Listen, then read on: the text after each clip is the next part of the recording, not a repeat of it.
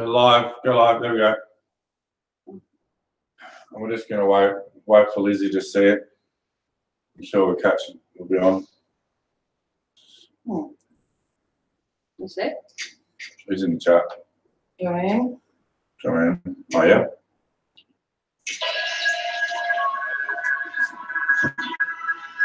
Right, well, everyone, get lost. Yeah, we got that. Yep. Yeah, we're live. All right. Sorry, people. We had some technical difficulties, and we've got it all sorted now. So, no one's there. All right. So we've lost everyone, but that's all right. People will come back. All right. So this is Inspired Truth with Dexter and Willow. I'm Adv.Dip.App.Sc and my lovely co-host, Willow Persephone. All right, and I'm just playing some music here in the background. This is some lovely whales. So can you hear that, Willow? I can kind of hear it. I mean, it's not real fantastic, but yeah, I can hear it. Joanne says hello, everyone. Hi, Joanne. Hi. She said Joanne from Melbourne. Yep. Hey, sister, how you doing?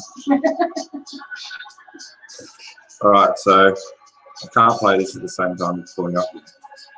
That's right. All right.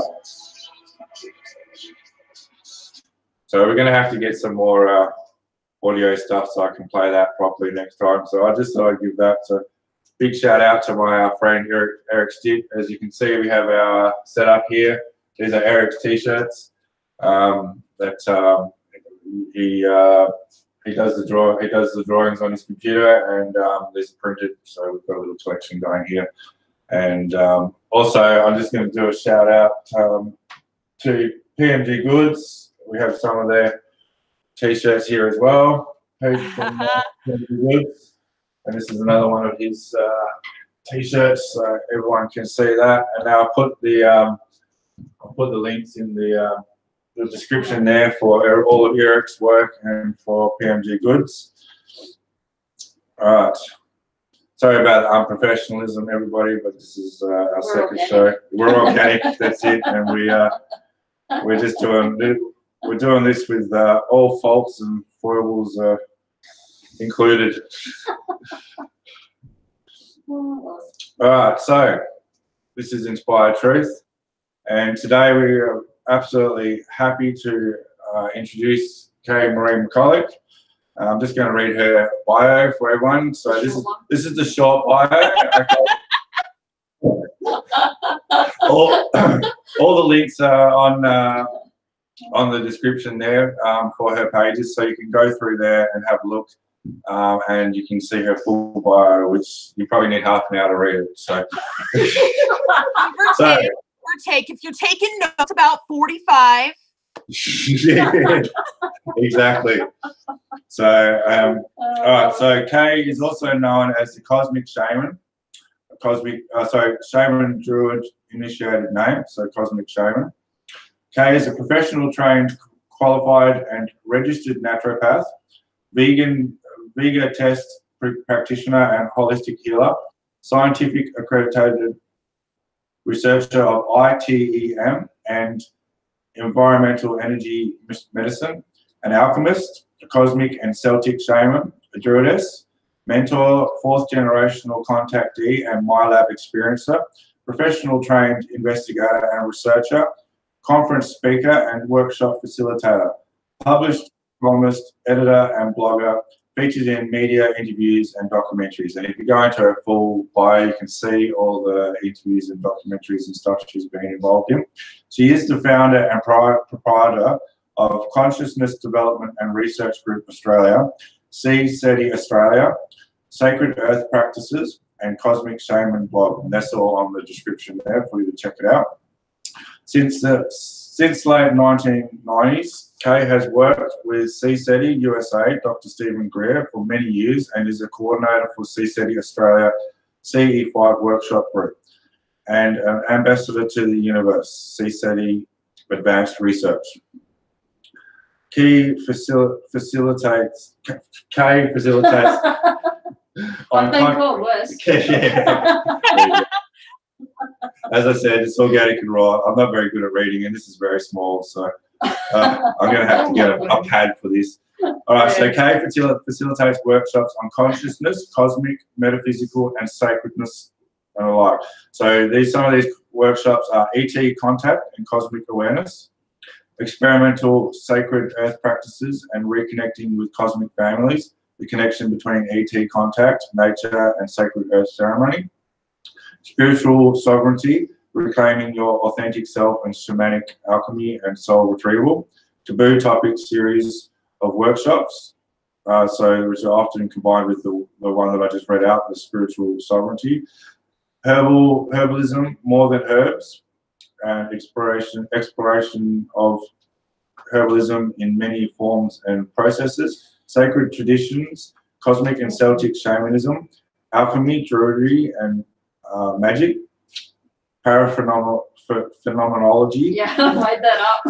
I love Brilliant. it. It's brilliant. I used to have a column called paraphenomenology. Oh, yeah? Yeah. Okay, so, and two more, how to be an investigative researcher, 101. I think that's in the making, isn't it? Or, okay. And natural and holistic health, 101. Right, so there's the short version, everybody. Yeah, that's the short version. So, how are you, Kay? Oh, good. Good. Good. Also, We're here. yeah, we had a bit of problems, and we've got it all sorted out. We had headphones, we had microphone problems, and I'm hoping everyone can hear us fine. It always happens. So, yeah. It's all good. It's all good. So, yes, like I said, it's absolutely awesome to have you here. Now, Kay is actually a friend of mine for the last 2 years on Facebook, and we've met recently in the last couple of months. We did a workshop with Kay for C5, but I think, in the time that I've known Kay, we've become very close. We're on board with a lot of things. And so I'm absolutely excited to have her here today, and I will have her back in the future, probably to be a guest host for some other people that I plan to have on the show. So Kay, do you want to sort of elaborate a bit on your experience? Well, if I happen to be looking this way, I've got some written notes on my computer here too, just to jog my memory. Because it's like, try living in my head, it's scary. So what I want to say to people first up is, everything I say, put in your if box, okay? Just because I say it or I've even researched it doesn't mean you shouldn't go and research it as well. It's not everything is gospel. And I also may say some controversial things and probably ruffle feathers, but, that's a daily thing for me. So. I think that's a good thing in this community. There needs to be a bit of a shake-up with people that get stuck in their beliefs, and we're not all going to agree on everything. No. And there's a lot of stuff going on in the community where people are disagreeing, and there's a lot of hate speech and a lot of accusations being made. And I've said it before, and I'll say it again. We all need to sort of come under the one umbrella and accept each other. It's called unity under the banner of peace and acceptance.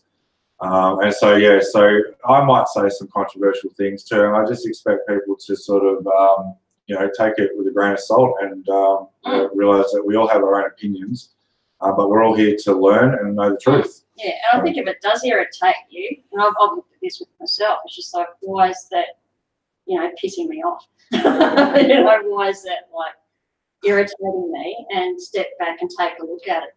Why that's happening to you. So and I think it's something you've got to work on. Just in the time that I've known you, you're very quick to admit that you're wrong if you're wrong. It can be proven. You don't stick to your guns if you're wrong. And I try to be the same. So first of all, Kay's got so much we can talk about, but I actually really want to talk about some of your first experiences when you were younger, and maybe some of your family's experiences. To share that, because there's going to be a lot of people that are going to identify with experiencing. So I had my first conscious experience just before my 6th birthday, so that was like 1975. So, and my whole family experienced it, but mainly my mum, my second eldest brother, and myself. In a car just outside of our property down the south coast of New South Wales. And it was one afternoon we were going in to do shopping. I was going to have my first birthday party, and I was very excited. And then. So how old were you? I was 5, about to turn 6. Yeah. So, and it's funny because like in 2 weeks it's my 49th birthday. Oh yeah. So it's like interesting, almost full circle. Yeah. And yeah, come back on my birthday. Wow. Take you for a ride. Yeah. And yeah, so it was like just outside of a place called Kiama. And just to divert to the side here, there's another couple of researchers down that way that actually have documented this. So it's good to hear what other people have said about my experience, because for a long time I was the only one talking about it, and then I've slowly, over that, you know, since 1975 to now, I'm actually still researching my own experience. Yep. And there's more and more information coming out. So Yep. it's just like, no, that wasn't a dream. That wasn't some wacko experience. You know, it was like, it really did happen. Well, I think a lot of So, people are having that experience where they're now being able to, in this sort of, where it's becoming more open and talked about in this taboo topic, people are starting to go back and go, well, hang on, that experience I had now, they have a different perspective. You know, Yeah. The more they learn about the Yeah. spiritual side, the UFO side, and paranormal side, it's all tying in. So, Yeah. Yeah, we experience these things for a reason, for later on too, and to help other people. But yeah, getting back to the story, my brother's car broke down on the side of the road, and he got out, have a look underneath the hood, and I always had my head in the clouds, even at that age. You know, my dad was always telling me, you know, that's what Venus looks like, and so I was starting to understand what the stars were and so forth, and I knew which way was north if I ever got lost, and things like that. So I can see Venus setting in the western sky. Well, I thought it was Venus. And then I said to my mum, I was in the back seat with my mum, and I said, hey, Mum, look, Venus is getting closer. I'm so worried. Oops. And she was reading like New Idea or something. And she goes, oh, that's nice, dear. She didn't have one. And I said, it's getting closer and it's changing colour and it's spinning. And she goes, oh, yeah, it is. And she looked up. And in that moment, it was like next scene. It's like you swap scenes, and there was this big bright white light just in front of the car. And my brother, I've never seen him move so quick, he jumped back in the car and he goes, wind up the windows and lock the door. Now, what does a 5-year-old do? 5-year-old do? They wind down the window, stick your head out. Yeah, it's the complete opposite. Yeah, so I did that, and it was really surreal. There's a lot of blank moments. I've been hypnotised for it. I can't be hypnotised. Yeah. I've tried it many, many times. It's just like, really? It's like, how far do you want to count down to 100? I just can't get there. Yeah. And so I recall my things through through shamanic journeying. That's how I recall memories that I can't remember. And so I look out the window, and there was this beautiful, like, what I could see was only half of the craft. The other half was on the other side of the hill. And it was the people now who live on that hill with their nice $1 million house. Knew there was a UFO sitting over there. They may not have bought that property. So it was pretty big. It was very big. Yeah. So it was like a blacky blue metallic colour, and it was bulbous. It was your typical saucer shape, and it had, to me, it looked like it had black portal windows. Yep. And it was just sitting there. And then a blank moment, and then the next minute I knew I'm having an out-of-body experience. So you're my physical body and I'm my astral body, and I'm going, wow, that's really cool. I can, like, poke myself. And I'm jumping in and out of my body, and I'm just, I didn't care what was going on. I just You thought weren't that was scared? really good. No, it's just like, I love this. I want to do this all the time. And I went, oh, I wonder what's happening with Mama Gary. And she's like, oh, they must be dead. They're cold. Like, callous child.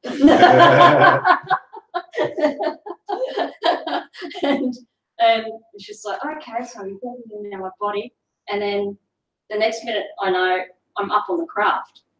And in this white, sort of a creamy white room that if you were to look down on it, I think it was sort of like eye-shaped, almond-shaped. And there's this curtain-like thing in front of me. And one part of that moved, and I looked out, and there was different types of ETs standing over here. So right from your little blue guys right up to what I call angelic greys. They're not actually greys at all. They're very, very tall. They're about 10 to 12 foot tall. They're actually translucent, so you can slightly see through them. They wear a really cool cape, of course. They have the armor-shaped eyes, and when I looked at those two particular beings, I went, "Oh, you're family." You know, like you're like my grandmother and my grandfather. Yeah, it was just like, "Oh, hi, you're my family." It was all telepathic as well. And then this curtain-like thing opened, and this information was being fed to me. It was like chevron, Egyptian type. It was very ancient lettering, and it was sort of like flooding me, and it was like it was coming out off the screen at me. So it's like a major 3D, 4D effect. Yep. And then there was pictures, so it was almost. I mean, if you look at that, you can go, "Yeah, I've just been brainwashed." But well, it was just like I was 5 and I didn't care. So was it a MyLab experience? You know, it was this is something I've always asked myself. Yep. Are those memories? My memories are they screen memories? Yeah. Now, there's something that we'll bring up a bit later, but like because we'll talk about Stephen Greer, but your brother and your mother experienced something as well, didn't they? Yeah. Well, mum and dad have passed away now. Mum wrote up an official report, as did I. Gary doesn't really, and hi, my brother, if you're stalking me and watching this, haven't spoken to you since whenever. I still love you, still a McCulloch. What Mum wrote in her report matches my blank spots, and vice versa. So when you put her report and my report together, you got a full story. Yep. And then there's another researcher down in New South Wales. He's actually done a full-scale report of people that saw it further down the coast. Yep. So this particular craft was seen all the way from Narra, where there's a military base, yep, all the way up the east coast, I think as far as Newcastle, and then back in. And I've met people over the years. One was a fellow who's now passed away as well. He was a crop duster. Yep. And he was, I never knew this as a kid, but where our farm was at Jamboree, just over the other side of the property on our mountain, was an airstrip. He was actually there that night when the craft was brought down by the military. Okay. He actually saw it, and he's going, "Should I stay? Should I go?" "No, I think I'll stay." So you think they actually shot it down? Or they No, it was brought down. This is when Martin Gottschall, talking about a lot of dead people at the moment. He's passed away now too. It was 43 years ago. Yeah, it was 43, something like that. He passed away just recently. He was the head of UFO Research Queensland. And when I had my first meeting with him in, I think it was 1989, he believes that the military worked out what the frequency of the craft's propulsion or energy system to make it fly was, and they reversed that frequency, because every frequency's got its opposite negative frequency, and they used that frequency to power it down. Yep. So they didn't shoot it down, they actually brought it in like a tractor beam. Okay, yeah. Yeah. So, you know, we've got technology that... And this was in the 70s, so it would be yeah. be expected that that's the sort of technology, if they've got that sort of technology, that would be the capacity to be able to do so. Exactly. So, now, before we keep going, so I want to make sure I give Willow a chance to get in. And I've told her to just interrupt me because I do talk a lot. And now I've got... you told me I can interrupt you, not her. That's just rude. Yeah, that's right. So I just wanted to say I have producer Lizzie today is with us. She's not going to come on camera, but she's actually manning the chat room. And who have we got in the chat room now? Who's that? John's there. John's here. Hi, John. Johnny and Joanne. In fact, was there ducking on if he's still there though. Right. So they also hello. So yeah. So we just want to check. So we might have some questions come from the chat room. If you've got any questions, put them in caps. Capital letters, and then Lizzie will catch them and she can write them down. And we'll... Joanne, get everyone on there. Yeah. Share it. Share. So yeah. So now So that was your first experience at 6 years old. Yeah. When did you start to really become conscious of the fact that this was not like a regular thing for other people? Like, probably about 6 months later, when my brother and I were hosing down the milking area on the farm, because I grew up on a dairy farm, and we saw 3 silver discs shoot over us, like just above canopy height, and an F-111 chasing them. Now, whether they were back-engineered ARVs or real craft, but then a few minutes later, the F-111's flying back that way, and the craft's chasing them. Yeah. So, and I just thought, that's not normal. And Gary said, oh, you know, like, this is I real. have a question. The research that you've done about your experience, what have you figured out was the most attracting thing for the, you know, how do you say, like the UFOs to actually be an area more than like what was so attractive about that point? so attractive about the UFOs being in the area? Why were they around there? Well, 20 minutes away from where we lived, there was a military base, and it's still there. And funny enough, my nephew and Lord used to work there. I won't mention his name. But, yeah, it's during 1973 to 76, I think it was, there was a huge influx of UFO sightings worldwide. So, and we just were lucky to have that in that area. Yeah, I think. I'm just going to say I was born in 76, so yeah. They dropped you off. Yeah. Probably. Being Dexter down. I was 2 weeks late, so you know, might have replaced me. Well, it's hard coming through those portals. Yeah. Yeah, so what's the most, why were they attracted there? Maybe because my family's always had strange things happen. I can remember some of my dad's stories when he was a jackaroo down at the Snowy Mountains. He was kind of like the last of the men from Snowy River, and, you know, he'd say, oh, you'd see a big ball of lightning come in and hit the fence, and, you know, something could happen. He'd have missing time, and so there was always that unusual stuff. And both my grandmas, they were witches, you know. My father and my eldest brother Brian, hi Brian, if you're watching, they were already making. He was just intuitively making sacred geometry gardens. Okay. You know, and including moats and water, and it was all very precisely, you know, planned out. So there was this innate thing of doing that. So I think it might have something to do with our bloodline as well. A lot of people, I mean, just in the community, there are a lot of, especially there's a couple of people that I sort of follow on Twitter. When Fade to Black's on, and we're sort of in the Twitter and the Sabbath. There's a couple of women who have talked about generations of experiences, the same sort of thing, and I think, you know, they're into the same sort of magic, witchcraft. Yeah, and there is there's something that doesn't get spoken about, and that's what I'm speaking about at one of the conferences, is that connection between shamanism, particularly druidry and alchemy, with ET contact. You know, there is that connection, and those guys, our ancestors, were doing ET contact, you know, before we were born this lifetime.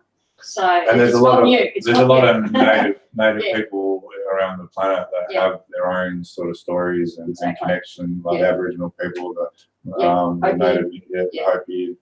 And you know, you see it in some of the, you know, Egyptian stuff, and there's all this evidence that there's been constant contact, absolutely, for thousands of years. So I mean, depending on where you get your sources from. I mean, I once heard that Earth was a 12th dimensional planet, and we were actually a space station. So, you know, it's like we had all kinds of ETs coming here, staying here. You know, and if you look at the Hindu Indian religion, you know, you've got the Vimnas and the giant crystal cities hanging in the sky. So, you know, and that's written in text. So, and they've found pieces as well. So, It's very interesting. Do we have any questions?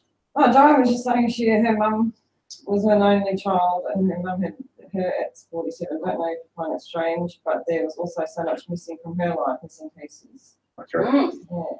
Okay, yeah.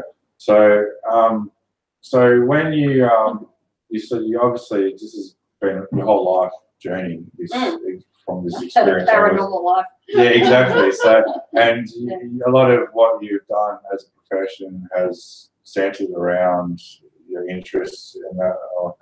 I've always done things that is fringe dwelling. Yeah. No matter, whether I've tried in my 20s, I had a normal job as a personal assistant or secretary or something. But outside of that, I was always like, I've got to go do this weird thing too. So, all the time. I'm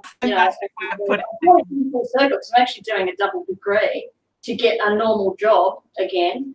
But, even in studying that degree, it's gone off on a tangent, especially when you're doing arts and humanities. It's actually quite spiritual as well. Yeah. So it's just like, I can't leave this even if I try. So I'm meant to be doing what I'm doing, and everything that I do just enhances the last thing that I did. And I'm not, that's something that I've noticed. Everything that I've ever done in my working life in particular has enhanced my private life. And it's just building this really good, strong structure the whole way to the top. So, with did you want to say anything, Willow? Because you're a bit breaking up, so I just want to make sure we catch what you're saying. I had wrote down a couple of questions actually for Kay when I was reading through her bio, and I don't know really where they came from, but I was going to ask you, what's the one thing you think most of us overlook with energy medicine when we're practicing it? What we overlook with energy medicine? Yeah, okay. That's an interesting thing. This is where it goes into the taboo topics that I talk about. And me, I don't hold back. No.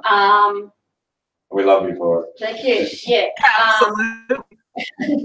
One of my pet projects is demonology. And, within these, I should put that on my website. I've come up with this really long title of New Cage, Human Potential, Movement, False Light, Blow. It keeps changing and getting longer. It's going to be like 30 words. But anyway. And, we'll find an acronym for it. Yeah, what that is there's light and there's dark, okay, which is yin and yang, good and bad. That's our duality, whether it's from 3D to 16D, okay? And around that time, we start to hit the akashic level, which is you start to hit oneness, okay? Don't quote me on that. That's just my knowledge of that. Go research it yourself. I'm not here to convince anyone. I'm just sharing information. Well, it's not just this duality. Right. There's always going to be a balance of things, and there's always going to be opposing forces, exactly. Negative, positive, up, that's down. That's a duality. Yeah, exactly. That's a duality. So there's always both sides to the coin. And that's what I look at. I look at both sides of the coin, and I will answer your question in a minute after 20 things. So I'm getting to it. So, and what I see a lot is that there's light and dark, good and bad, which is a natural thing. Okay, it's one of the laws of the universe. But I have seen evil. Okay, and I've seen demons in front of me. I've had to exercise them out of a space. Okay, this thing looked like a cross between a bear and a dog, and it was made up of this murky dark matter. Did it have like a skull type?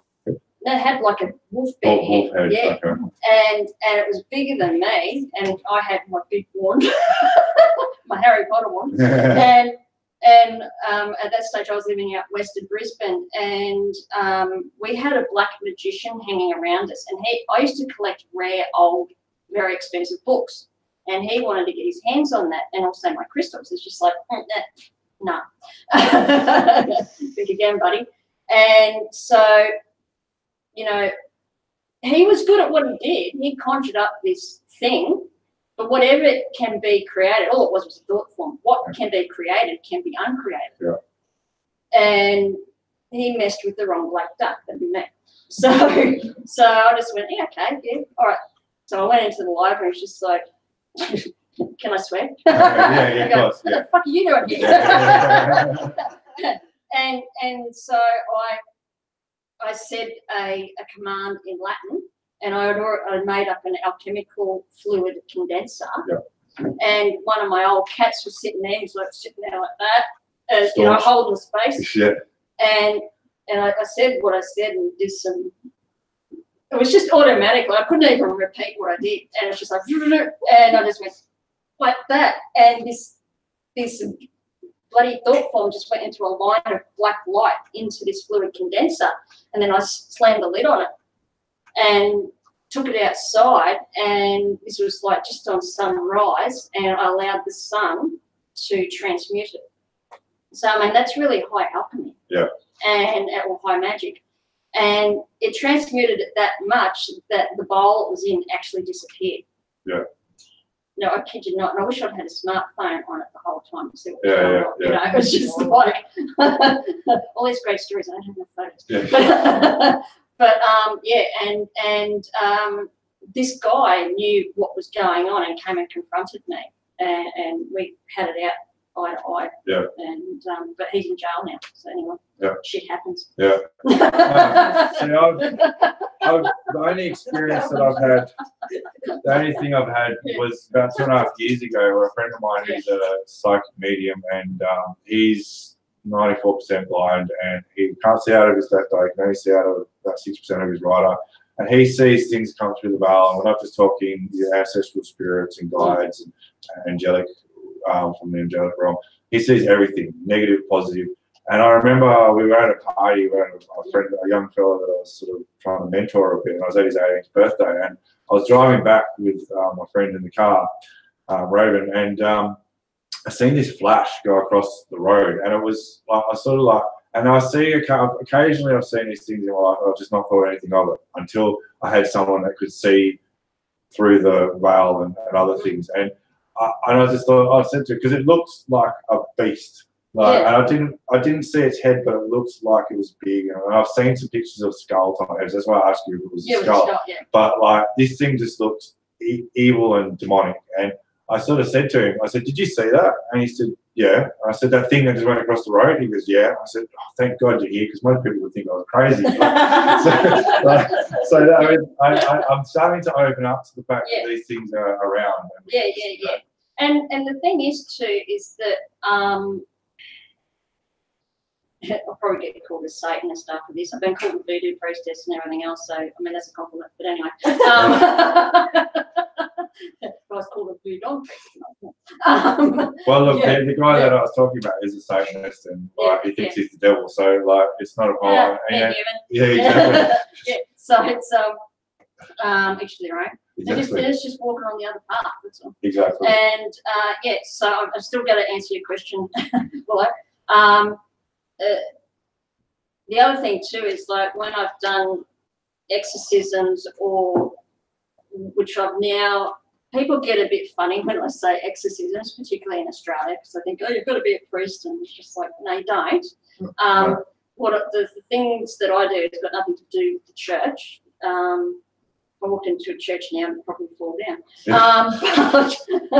But what I've pulled my knowledge from my ancestral knowledge, from spirit, from my higher self, from higher consciousness, but also from very ancient texts and practices. And you know, years and years and years and years of research have gone into this as well. And even though, you know, there's no set formula that I follow, it's what needs to be done at the time. I'll just divert slightly, just tell you another little quick story. I was called, I was called to come and heal a 7-year-old little girl. When I thought to myself, I've got my dad's old crocodile bag, you know, the old medicine bag. Yep. So I used to have all my little magical bag of tricks in there. So, all my herbs and spices. Yep. I actually have an exorcism mix. And so I thought, I need to take that with me. I don't know why. Okay, chuck her in the car, get there, look at the kid, and they go, you're possessed. And the mother's just like, what? And I said, yeah, okay. So I had my partner with me, and we set up the crystals, and I use certain crystals for when I'm doing exorcism. The interesting thing, during this, I had her in the middle, all comfortable and everything, and I kind of just went with where she wanted to go with it, because I wanted to see what was there with her as well. Yep. And it was not necessarily a complete possession, but it was an oppression and suppression, and it was coming from her mother. Her mother had been dabbling in stuff, and I bailed her up later and gave her a few threats. Was it attached, or was actually possessing her? It was around her. It was starting to get into her aura, and she was coming out with things that a 7-year-old no. At all. Even if she'd heard her mother say it, it just didn't come out. And her mother was being promiscuous, and she was being promiscuous while she was doing Reiki treatments. Yeah. You don't give hand jobs when you've done a Reiki treatment. Sorry. There you go, it just doesn't work. Now that is very specific energy magic no. Say that again, Willow. I was just saying that if you had to tell us one thing that you overlooked, that is yikes. Wow. Not right, eh? But this 7-year-old, so I cleared her. But the interesting thing that happened was, I've always known I've had these 2 huge warrior Arcturians around me, okay, as a guide. They're twins, and they're built like brick, what. They're really tall, like they wouldn't get through your doorway. Yep. And I look up, and they're standing in the circle with me as I'm removing this crap from this poor little girl. And I'm just going, but their teaser turned up. This is really cool. Were they protecting you, or they were helping? They were protecting and helping at the same time. They were holding space. Yeah. And then even Cam saw them, and he goes, teaser turned up. Like, so that was pretty cool. So ETs turn up when you're doing anything spiritual.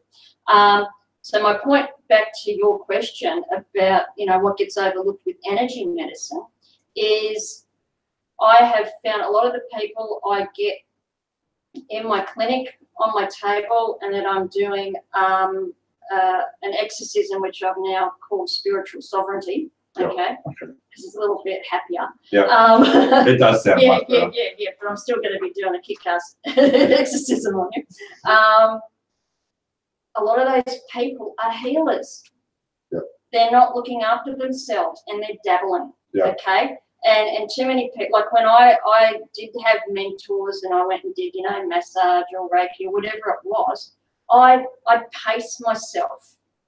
It'd be a year between each thing that I did, because that's the whole idea of being in practice. You're meant to be practicing and not just collecting all the time. And because you've got to go through into practice. That's why when you have a healing business, it's called a practice. You're actually practicing. I'm in practice. Yeah. And so what I've found a lot, just in the past few years, a lot of healers just like, I've got this certificate, I've got that certificate, I'm doing this. And it's just like, when did you do all that? Oh, in the past 3 weeks. And I went, really? It's like, stop that. You're reading it parrot fashion, but can you actually do it? Yeah. And it's funny, our dear sister, Tracy Ash, was talking about this last night. Yes. Yeah, she was like nailing it. And hi Tracy. Yeah, hi Tracy. Tracy's on next week, everybody. So. Yeah, we're all on the same page with that one. So the thing that is overlooked is that it actually comes back to healers, and actually there's no such thing as a healer. We're all healers. We're all healers. Yeah.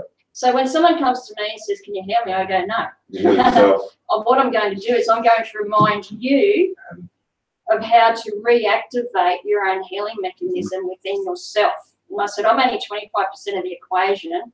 The other 25% of the equation is you took the step to come here and then the next 50% is you to do your own work. And I said, I will give you the tools to do it. And that's what I do with even soul retrieval. I was talking to my good friend, if I'm dropping names, it's not because I've got a big ego and shit. It's because she knows a lot of people. It's because I know a lot of people, but I'm also giving credit where credit's due. So there is actually a thing called verbal plagiarism. Yeah. So if I've heard something from someone, I'll say, like, I was talking to my friend Anthor, and the Wizard of Oz, and about soul retrieval. And it's always good to get a bit of a sounding board sometimes. And I said that, you know, I've seen so many neo-shamans go, I'm going to do a soul retrieval on you, and I'm going to go in and do this journey with you. I actually don't think that's right. Okay. Ruffle feathers. Yeah, yeah. Because what's right is that I show you how to do your own soul retrieval down your timeline. Well, they say any master doesn't, yeah. you know, doesn't do it for you. They teach you how to do it for yourself. Yeah. You know? And then you teach the next person, the next person, exactly. next person. Yeah. So I just want to give a shout out to Gretchen. Hi, Gretchen. Thank you for joining us. Yeah. So is there anything else you wanted to add to that, Willow? Did that answer your question? Gretchen. And Jimmy's Pearson's here. Richard. Oh, Richard. Oh, goodness. And Jimmy. Oh, hello, Mika and Jimmy. Hello. It'll be Jimmy. Did that answer your question? It did, actually, and I love that you stopped to explain why it would answer my question. It's fascinating to know that I don't know, I resonate with you on a lot of levels when it comes to certain things, and it's nice to know I'm not by myself on that. Also, and the very first thing that I wrote on my paper when I was reading your bio was always be a student, never master. That's what I read.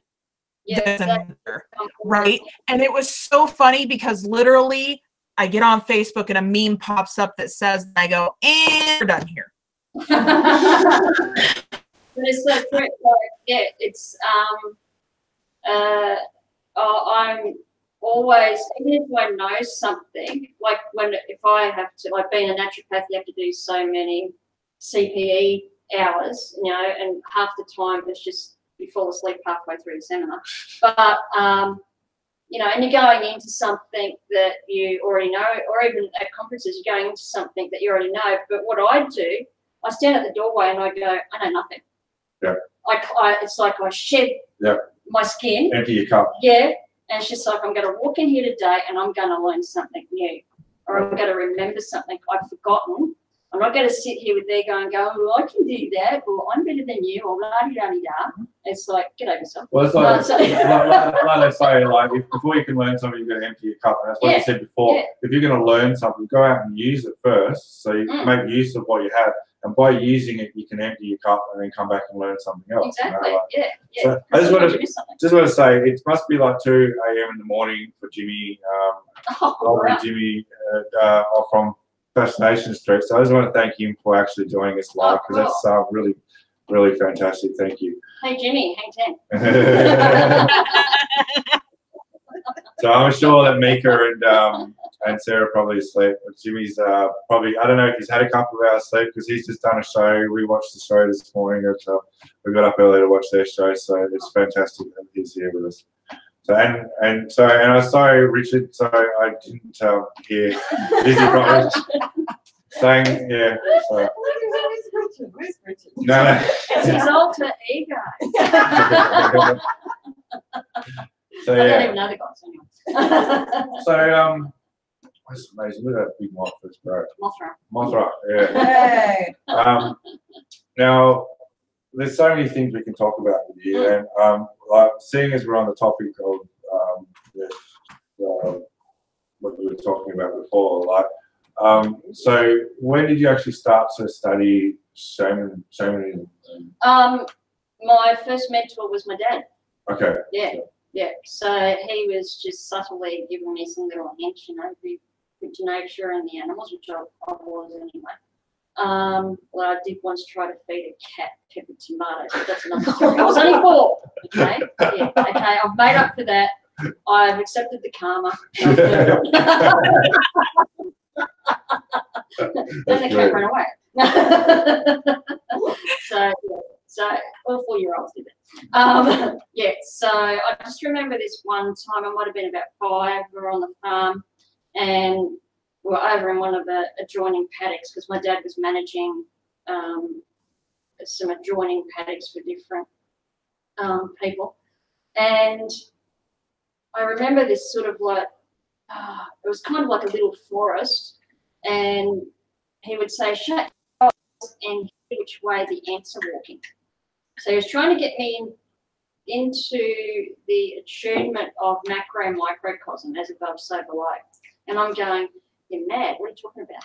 So, so I did. And then he said, just stand up against the tree and tell me what you feel. And it wasn't until years later, it's just like, oh, I can feel the sap rising and settling, you know. Energy of the yeah. So, and then I started, excuse me. No cough button, sorry. Yeah. Then I was 12 years old. This is, this is a very vivid dream still in my head. I remember we were living at a place called Moss Vale, and we had this beautiful old, I don't know what kind of tree it was a big kick-ass tree at the front. Anyway, in the dream, I'm at that place, and I'm thinking in the dream, oh, I'm leaning up against the tree. And then I realized I am the tree. And I start to, it's like the tree is giving birth to me. And then I sit there, but I'm a male, and I'm an adult male. And when I look, I've got this massive penis. And I'm just going, that's not right. So I was like, I come screaming out of my bedroom. I go, Dad, I just had a dream I had a penis. And he's like cracking up laughing. He goes, slow down, tell me what happened. So I told him, he goes, oh, he said, that's just a shaman thing. And I'm going, what? It's like, you didn't tell me too much. You told me very subtle stuff. When I was 19, he laid it all on me. Yep. And told me that he was the last of the Masons and Freemasons in our family. I don't know if one of my brothers went further with that or not. And that our bloodline came from a Shaman Druid line in the Highlands of Scotland. Yeah. And one of our great aunties was a Druidess. And probably some of my nieces are on there going, I didn't know that. And my brothers are going, what the hell is she talking about? So our dad told us a lot of things that didn't tell you. Yeah. And so there's that bloodline as well, so that goes right back into Scotland and stuff like that. Scotland, Ireland, Isle of Man, and also Malta.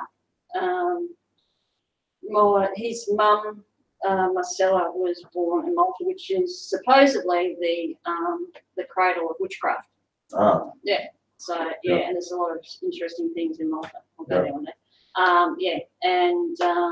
So that's.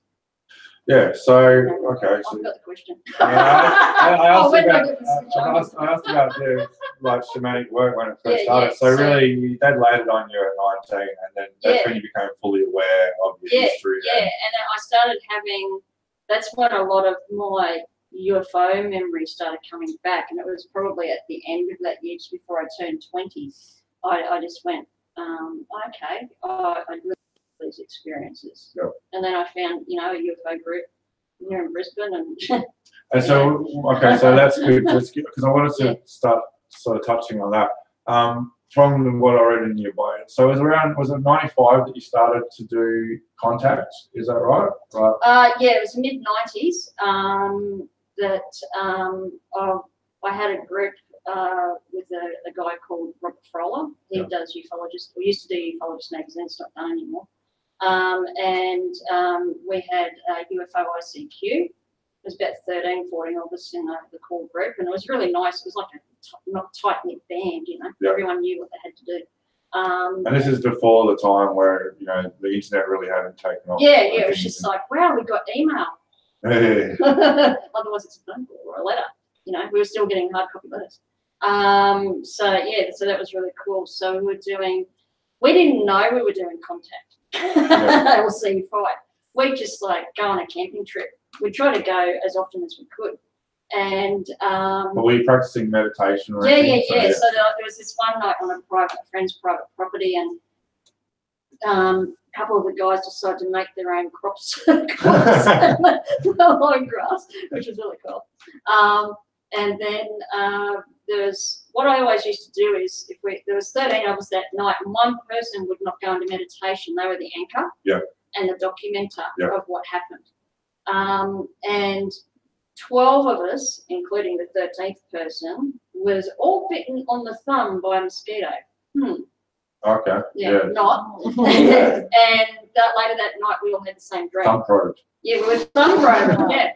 And it looked like a needle mark. And then later that night, or early hours of the morning, we had all the same dream of bright green hieroglyphic chevron type information coming at us in darkness.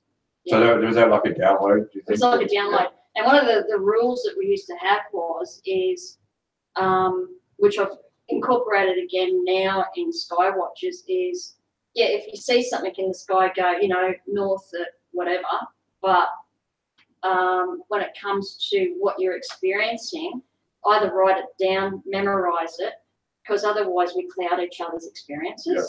So that's what we did. So the very next morning. So before you talk, so like that next morning, someone's cooking bacon and eggs, and we're just like going, I need a pen and paper. And so we just wrote it all down and then compared. It's just like, wow, they're all the same. Yeah. So I can't interrupt. Can we pull this drum down so we can show it? Because I can't see the head of the bird, and it looks really weird. Like it looks like it's got no head in the video. Okay. Oh, because it's a lighter colour. It's an eagle. So Yes. And he was a headless eagle. A bald eagle that's receded a bit further than the hairline, do we reckon? So this one here is a wolf.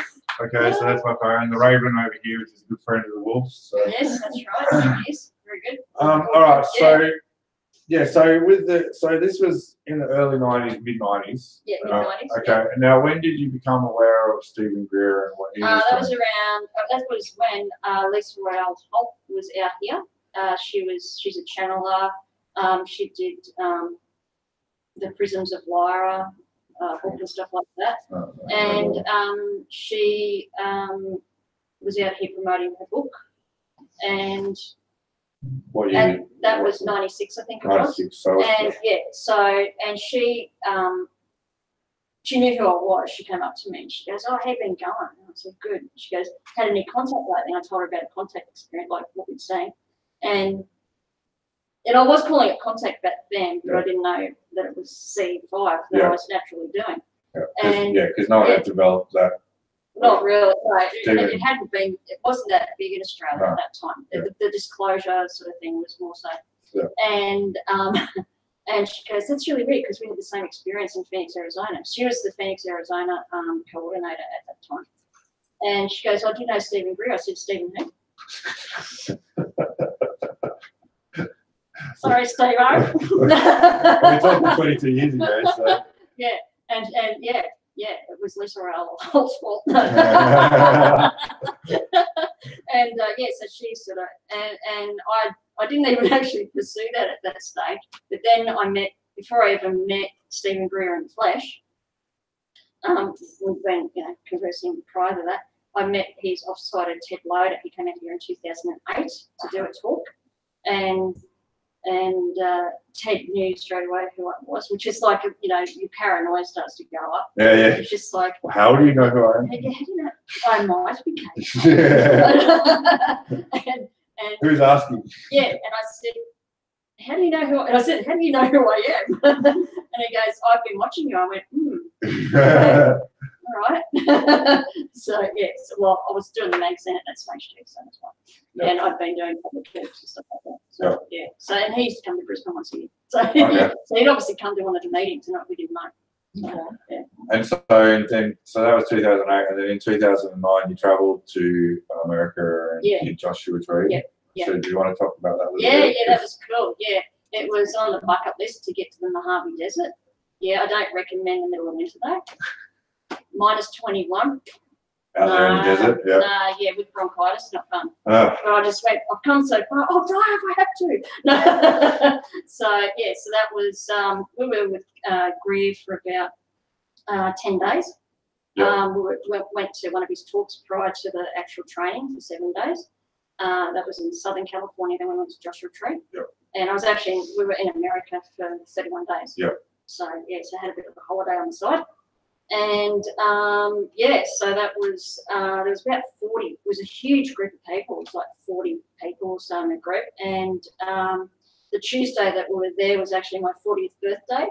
Yeah. Which was really cool. So, you know, I hung out with Stephen Green on my 40th. Yeah. That was friggin' awesome. There you go, Jimmy. That's Yeah. a ambition for your 40th in 8 days is hang out with someone like Stephen Green. And he gets really excited when it's your birthday. Yeah. It's like, stop saying happy birthday to me. Yeah. But it was like, the best day I had was actually my 40th birthday because like 5 minutes into it, you could actually feel when a light craft was over you. And everyone was sort of like linking in telepathically. And, you know, you're in the middle of the desert. It's dark as dark, but all of a sudden there's a dull illuminated glow around you.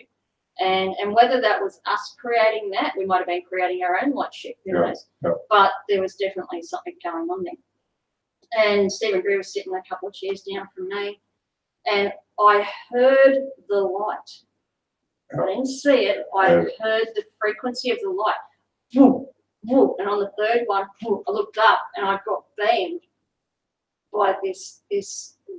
I can't even explain the white light. It was like a diffused light. Okay. And Green was born and goes, happy birthday. So yeah, so that was the start of it. And then later that night, when we went back out into the field, we had, I did most of the driving. Yeah. On the wrong side of the car, on the wrong side of the road. How do you guys do that? Alan. I actually felt natural to do that. Yeah. It feels unnatural to drive how we drive over here. Anyway, so we're heading out to the geological site, and I've got my ex-partner Cam there and our mate from New Jersey in the back, and they're looking at stuff already happening over where we're going. There's like orbs of light and stuff like that, and Cam's like click, click, click, click, clicking away. And I'm doing like 125 miles an hour. Yeah. I'm speeding, it's great. and I look out and there's, I call him the Mud Man ET. Yeah. Now we're in a Ford Escape all-wheel drive. Yeah. Doing 125.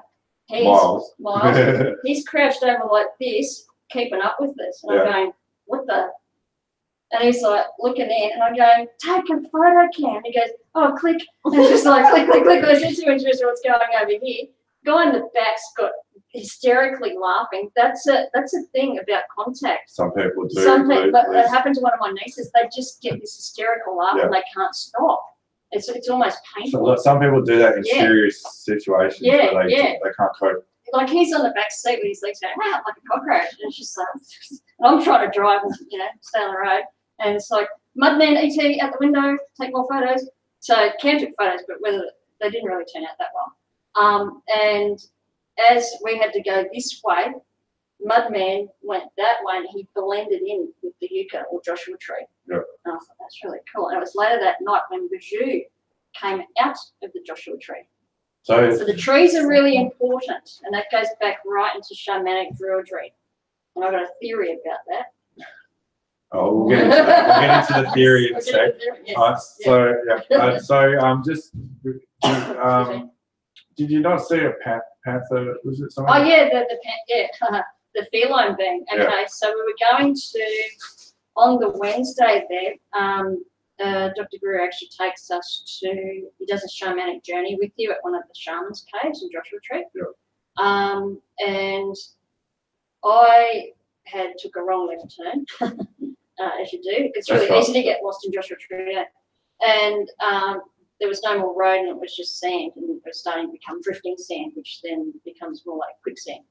And so I just stopped and regathered where I was going. We weren't using GPS, so I was just using this GPS. Yep.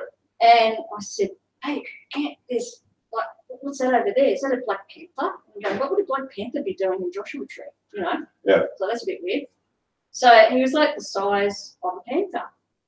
Anyway, as it gets closer to the front of the car, the black panther, which didn't look like a black panther because he had like a cat human face, stands up on his hind legs and does this really cool strut. And I'm going, I don't believe this.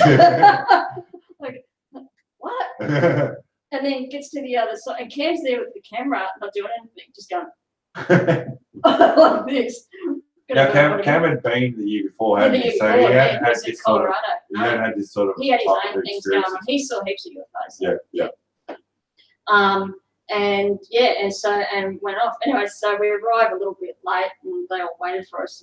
And Dr. Greg goes, "Did you get lost?" And I went, "Yeah." And he goes, "Did you have an experience?" And I went, "Yeah." And he goes, and walks up and I go, "You know something about that?" He keeps more in than people realise. Yeah, that's right. Yeah. And I'll just say like you know, as much as Kay will talk about all this, she does have differing opinions than what Dr. Greer puts out, especially with all positive ETs. So, and we could get into that, but I think we'll probably save that for another time. Yeah. So I want to talk about Bijou, because Bijou, if you've done your research on Dr. Greer, then you will know or have seen a photo of Bijou. And Kay was actually there for this event, so that was after the Panther. Yeah, we were actually in the circle when it happened. Yeah. Yeah, so Raven, who was the actual photographer for CSETI at that stage, just decided no flash or anything, so it's pitch black. And we had all the little devices on the ground. So there was like radar detectors, thunderstorm detectors, all sorts of little detector type things, EMFs and stuff like that. And you could actually communicate with them. Yeah. You know, and it was telepathic. Yeah. You know, so like Cam would whisper something in my ear and say, I'm going to think this. And then he'd think it and it would answer you back in beeps and stuff, which was really interesting. That's where they got things like the Orion transmissions from and stuff like that. It's like a Morse code type stuff. And walkie-talkies are really good for that too. Yeah. And Raven is just going, okay, I'm just going to take a sequence of photos, and she's sort of like turning around in a circle. They're just standard photos, weren't they? They're just standard photos. I think she had the lens opened up for like 30 seconds or something. And because it captures more of the natural light in the dark. But there was absolutely no light unless she turned a torch on. And she clicked, and we could actually see. You could hear Stephen Greer out in the field because everyone had gone out for a pee. Anyway, because you got it, there's no toilets there. And we could see there was a craft up there. And in the photograph, you can actually see a very faint beam of light come down to the Joshua Tree and then come out. Yeah. And if you look in front of where you see the Joshua Tree and then Bijou coming out, if you have a look at the chairs and sleeping bag in front of it, they're all distorted. Yeah. So so there was a time-space distortion going on. Okay. Yeah. So did you feel like there was time lost, or like it was just it slowed down, or maybe? Yeah, I can't. There was a lot of those moments. Yeah. You're in a completely altered state the whole time. You're actually in a really high, it's like if you want to go dimensionally wise, 5D and above, like it's like you're just not. You become your own white craft. You're just in this different space. You actually just have to experience it. Yeah. And a lot of stuff that Stephen Greer does is quite shamanic. Yeah.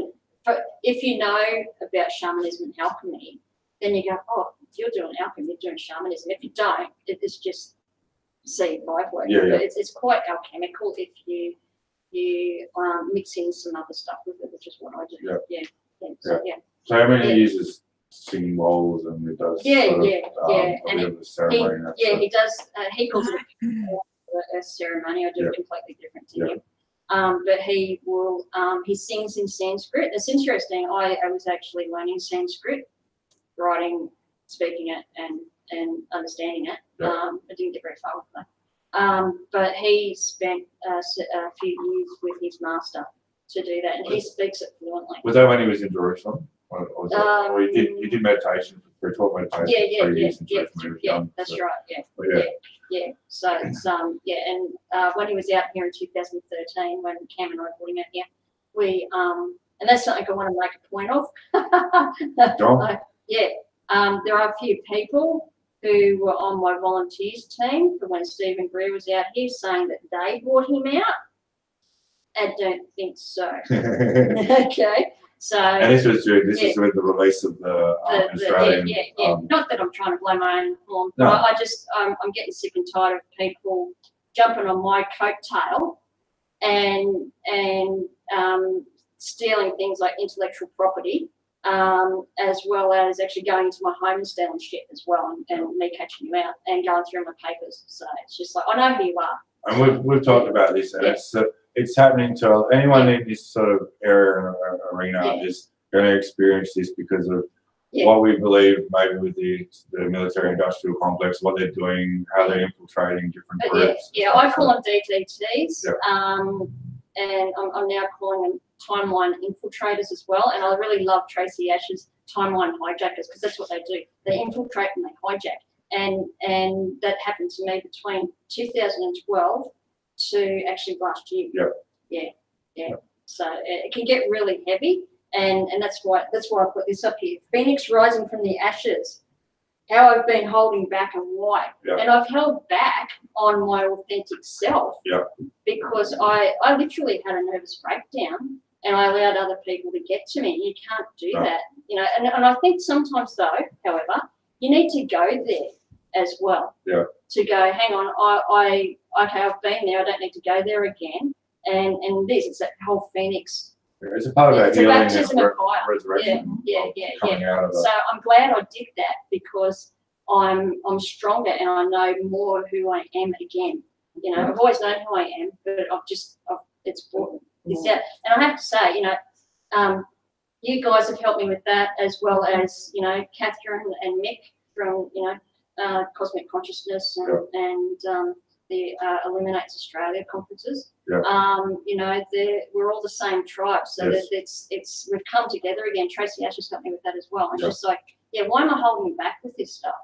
You know, you've been through so much, and you have so much to give and teach.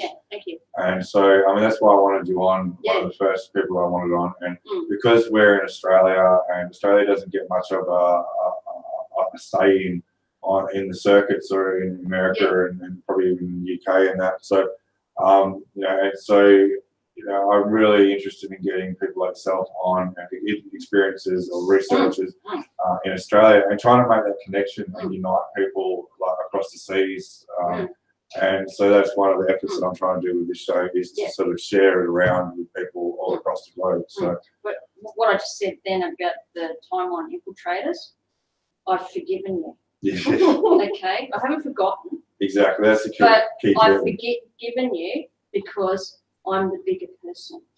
And I'm not going to send you my love, because it just makes another connection. But I hope you find your own love and have a look in the mirror. Find love for themselves. Yeah. Have we got any questions come through? No, Joanne was just saying she agrees with you what you're saying before, that it's all part of the journey, you know, right? Thank you, darling. And you're denying yourself by holding back another's like-minded. And so did you have anything to say, Willow, about that little part of Kay's journey? My bitch session. That half a chapter. No, actually,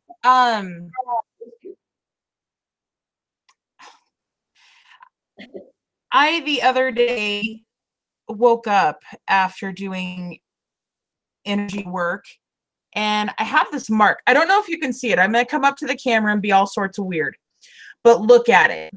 Your camera is a bit pixelated, but no, it's on is it on your finger? I saw it the other day. It's right, it's right here. Yeah. I actually told Okay. Kay about this, so Kay's Yeah. got to give you. She actually knows about this, so it's perfect that you brought it up. It's shaped rectangular, isn't it? I'm sorry. What shape is it? Rectangular? Yep, and it looks like it's bruised or burnt, and it feels like, you know how it feels when you get burnt and then it scabs over, but it's not the first scab, it's more like the skin scab that isn't like really raw. Yeah, it's like it's cauterized almost. Like, when did that happen? Willow, was that yesterday morning, yesterday Friday that you woke up? Yesterday when I woke up before I went to work. Yeah, it happened.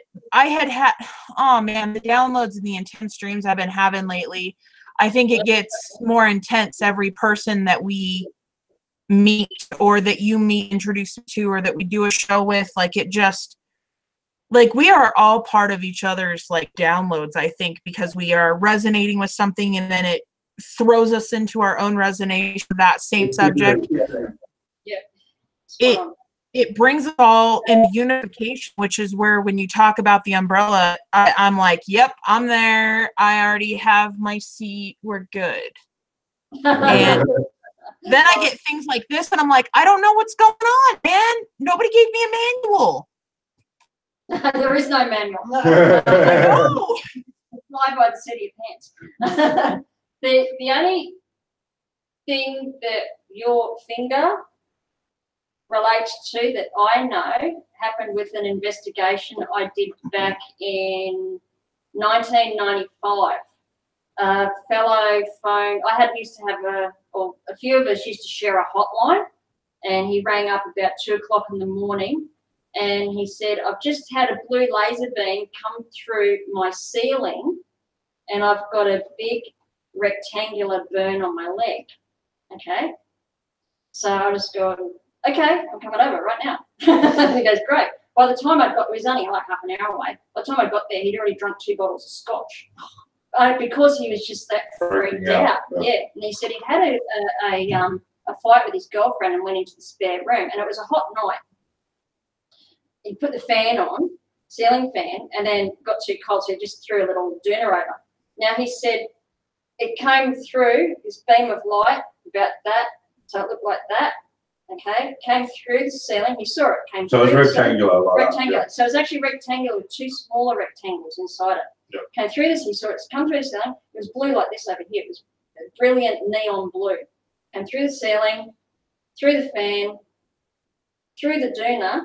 Didn't burn the doona, but left like a branding on his leg, and you could see it. It had just been done. And I said, so we were there with him for the next 6 hours, trying to calm him down. He went into sort of like suicide mode, so I did counselling, sober him up. And I said, and at that time I was working with a doctor. And I said, are you prepared to come and see this doctor? I said, I think you need to see a doctor because it is a burn, because he needs to dress it. And I said, but he's very open-minded. So I took him down and I pulled my doctor friend aside and I said, I need to ask you a question. Do you believe in UFOs? And he goes, yeah. And I said, do you believe in ETs? He goes, yeah. And he goes, what do you got for me?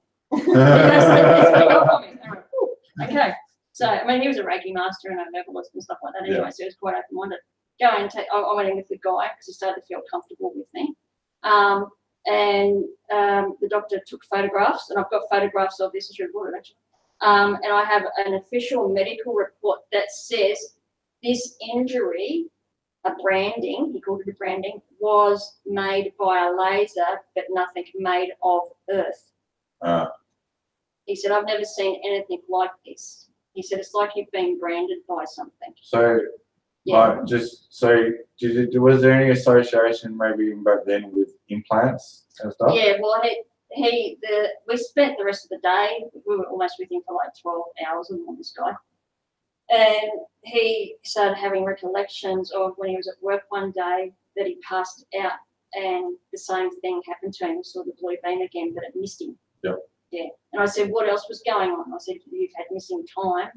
And he said, there was a craft, but he said there was also a black helicopter. Yeah. Yeah. So quite often when will have, and even in my very first experience, you'll have, okay, I'm going to do the whole good bad thing. You have good guys turn up, and military isn't bad. I mean, they're just doing their job. But you know, the black helicopters turn up as well. Yeah. So there's that counteraction, which you know, always. Which they seem to. It seems to be a lot of evidence that whether when there are experiences that are legit ET experiences from that are extraterrestrial, not terrestrial, they're overlapping because they've now got sort of technology where they can track sort of entities coming in and out of our space and that, and so they do try and confuse the. Well, NORAD has got a net, an electromagnetic net over America, which they track that. That's how they work out when fireballs and stuff like that are coming in. Yeah. So, and also, since the 1930s, they've had on staff remote viewers. Yeah. This is sort of a bit funny about remote viewing. Yeah. I know a couple of good remote viewers, and I don't think everyone who says they do remote viewing actually does it. Yeah. And don't always do it for our higher purpose. Yeah. Because I've had remote viewers physically. That there's remote viewing and then there's remote influencing via remote viewing. Yeah. And I've had two people, two of my infiltrators, come in as remote viewers, like a holographic projection in my hallway. Yeah. And I just said, I'm going to track you. I know where you are, you idiots. Get the fuck out of my house. It's like, what are you doing? Part of the technology where crazy. they, if they can sort of get into your consciousness and get into your space through your aura. It's intimidation. That's right. So, I mean, whatever technology they have, obviously, they could be someone could be watching us now, and so exactly, hi. So it doesn't bother me, bring it on. So it's a part of being a spiritual warrior. I mean, I know, like between 2012 and last year, what's that, 5 years? I wasted far too much time on infiltrators. Yeah. I got caught up in their bullshit game. Okay, and I'm still here. Yeah. Yeah. And bigger and stronger and in myself. And I've told you a bit about some of my experiences in the last 2.5 years where I feel like it's not just technology that's mucking around and doing silly stuff, and there's EMF going off the charts and that. But there's just a whole psychic attacks that are not from the void or from entities that are either earthly entities or extraterrestrial entities, but they're actually military or and that's the remote viewing. Yeah, I mean, for people that don't know about my sort of history, if you sort of just learning about me, this is the first time you've seen me. Is we should do an interview on you. Yeah, well, I've already done one. You can watch the Fascination Street interview. It was a PT one. I'll have to do a proper one. I will be going on explaining esoteria with Kelly. So Joanne just said she just give him a finger. I'll do a mooney. Yeah, exactly. Yeah. The cosmic mooney. Yeah. So I was under a bit of an investigation when I came out of jail, and it was quite obvious to me that at some point I went from just a standard sort of flagged person because of my criminal activity to being some sort of entities that were very interested in my activities, and they weren't. The feel that I got was they were military, they were of some regard. And the police were letting me get away with all sorts of things that I shouldn't have been allowed to get away with, which was a complete red flag for me, knowing that that they have procedures that they have to follow, and the police are the low-level authorities. So there's someone above them. Yeah, someone above them was saying, just let him do whatever he wants, as long as he's not hurting people, let him go. Yeah. And I experienced that for nearly 2 years. So it's not normal. No, it's not. And I mean, because I associated with bikers and stuff like that, and when I sort of put myself back in jail and got myself back out just to prove the system that they suck and that I can beat them. I spoke to one of these bikies and I said to him, "This is what's been happening to me." He goes, "No, you're on a major investigation." I said, "But it's like it's going up a level." And and it was after that when I got out, and so I mean, this is the thing. Like, I'm not a experiencer so much, but like, you know, I've talked to you about some of my childhood experiences, especially stuff that I don't have any conscious memory of because I was too young. But like, whether or not you know, I've been sort of a part of some sort of my lab, or, you know, MK Ultra stuff. I don't remember any of that now, and I have a fairly good memory of like my life. But I'm hoping with like raising my vibration and doing some shamanic work and all this stuff that I'm interested in and dabbling in a little bit. You know, I want to focus on that spiritual stuff, but I also I don't want to take it on as gospel, or you know, like it's a part of my growth period, you know, like and awakening, I call it a reawakening because I felt like I was always quite awake as a child. You know, I think we do that many times. That's what enlightenment is. We can be enlightened every day. Yeah, exactly. And then you go back to sleep a bit, and you go back into the matrix of the system and the control around you, and you were brought up in it. So how, you know, getting out of it, it's not. I mean, a lot of people talk about being red pilled. You know, it's not like the movie where you can go down the rabbit hole and come out and then you can be outside of it. We can never get outside the matrix. We can only be conscious of it. This is my you can still function within it. Exactly. As you know, you can still function. That's the whole idea of the life body. You're not going to all of a sudden start glowing. That would be cool though.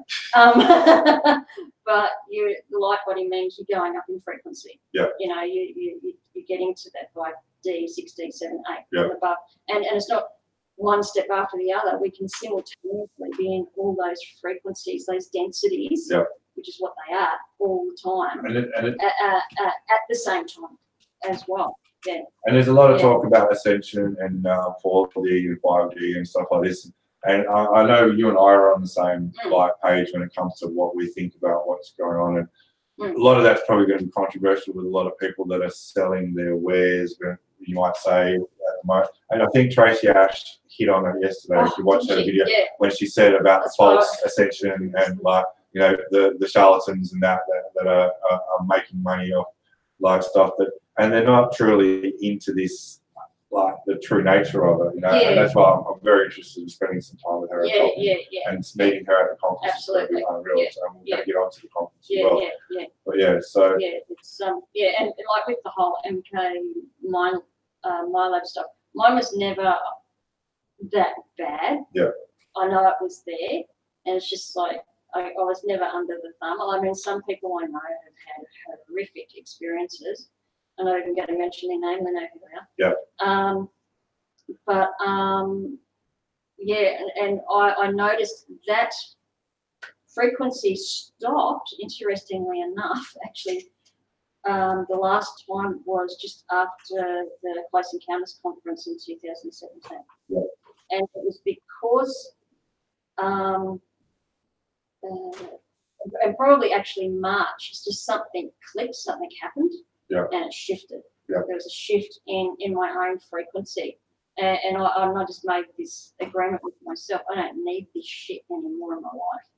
You know? Yeah. It's just like I choose to go hang out with those people rather than those ones. Yeah. You know, and sometimes you've got to let go of people, ideas, ideologies, whole concepts, your whole beliefs, which can be just a prison in themselves anyway. They just cage us in. Well, the same thing happened to me in 2016 when I pulled myself off the street. And like the journey, I've let go of a lot of people, even people that have come in this time, and I've had to let go of them because the same sort of thing. They're practicing the healer thing or the spiritual thing in a certain way, and it's you know, they're stuck in this belief now, and they're actually not ascending in that sense. No, they get blinkers on. That's right.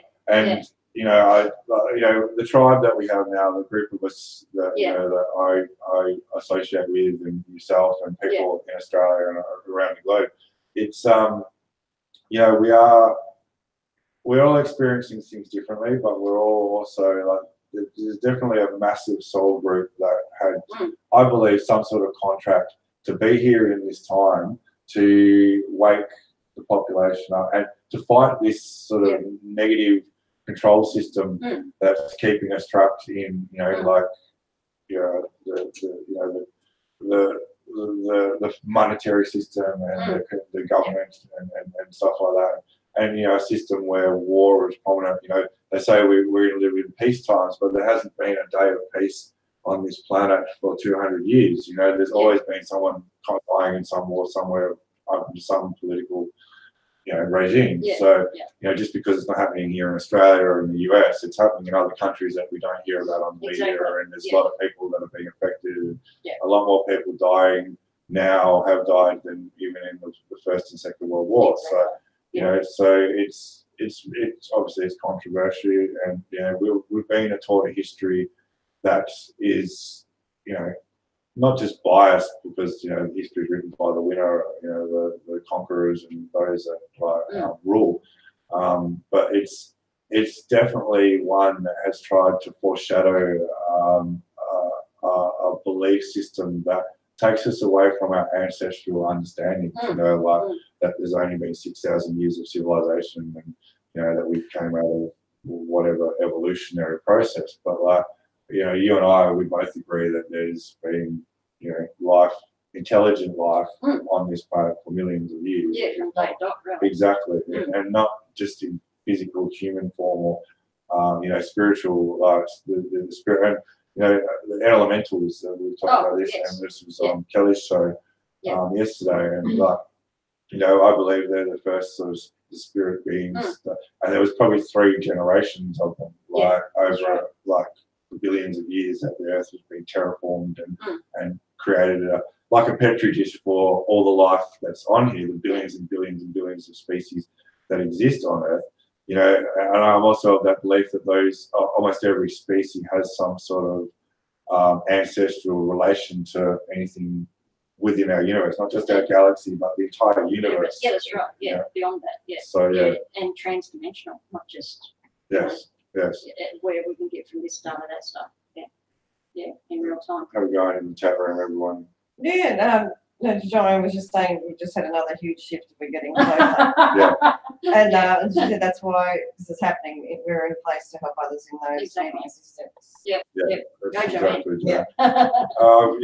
Joanne. Joanne's lovely. I've only just connected with Joanne recently, but her and I know we're on the same page. Same with us. And and a big shout out to her for I can't remember, it was the 34th wedding anniversary and her husband's birthday. So very cool. Lots of love there. Well done. 34. I guess So doesn't happen anymore. And like we're I just interrupt because she just asked. She just said we've been suppressed for all that, and you know, from all that was and is, but not for long. What do you think, Kay? Read that again. Sorry. Yes, we have been suppressed from all that was and is, but not for long. What do you think? Yeah, it's all coming to the fore. Yeah, there's that suppression is dissipating. And we only need this is what I remember Stephen Greer saying once. We only need 21% of the population globally to make that shift happen. It's a higher consciousness. And that works with the morphogenic field. It ripples out like the pebble in the pond. You know, and we don't have to do it as a group at the same time all the time. It's about what's going on in here, in the space. And it's like, I mean, we have this tendency to attach ourselves to people that have the same beliefs. It's a thing that happens in religion, it happens within governments, it happens just within belief systems where when you identify with someone in a belief, people sort of come together. And of course, you know, like majority rules, and you know, the whole problem with that sort of belief is that people think the larger their numbers, the more people they can get to believe what they believe, then it proves it to be true. But it's not so much the case. But it's also the fact that we need to sort of remember, even though we're coming together as a community, we also have to create our own communities individually where we are, even though we're connected now by the internet around the globe. So you guys say something? Yeah, actually, that brings me to obviously another in her bio that I found interesting. Sorry, referencing your bio quite a bit here. Go ahead. I was just thinking that you hear so much about free speech. That's my right to free speech, but we don't ever talk about free thought, and I thought that was a brilliant concept in the practice of realizing self-control versus like just standard control over everyone except yourself. Yeah, free thought is free speech, but you know, our last personal sanctuary for our sovereignty is our thoughts. And we're constantly getting bombarded, whether it's through EMFs, vaccines, nanotechnology, you know, media, mainstream media, and even some alternative media is crap as well. Sorry, but you know, just because it's alternative doesn't mean it really is. Well, it's like before the internet and that, you had the tabloids. You know, not all the tabloids like were completely off the chart. They were obviously, it's like conspiracy theory that was, you know, conspiracy analyst was the name that the CIA created to stop people talking about this stuff. You know, and you watch that Men in Black movie where he goes, oh, the tabloids, they go to the tabloids to actually point out what's really going on. But like, I mean, that's just, obviously not everything in the tabloids you know, is true, but like then there is stuff that is actually really going on. And it's the same with alternative media now. Some of it is actually true, and some of it is misinformation. You've got to take the time, not take everything. That's what I said. Whatever I say, this is what I say before. I think I said it before you guys came to the workshop. Whatever I say, put in your if box on that if shelf. You know, just because, and this is something where I'm really big on the whole sovereignty, spiritual sovereignty. Okay, there's different types of sovereignty.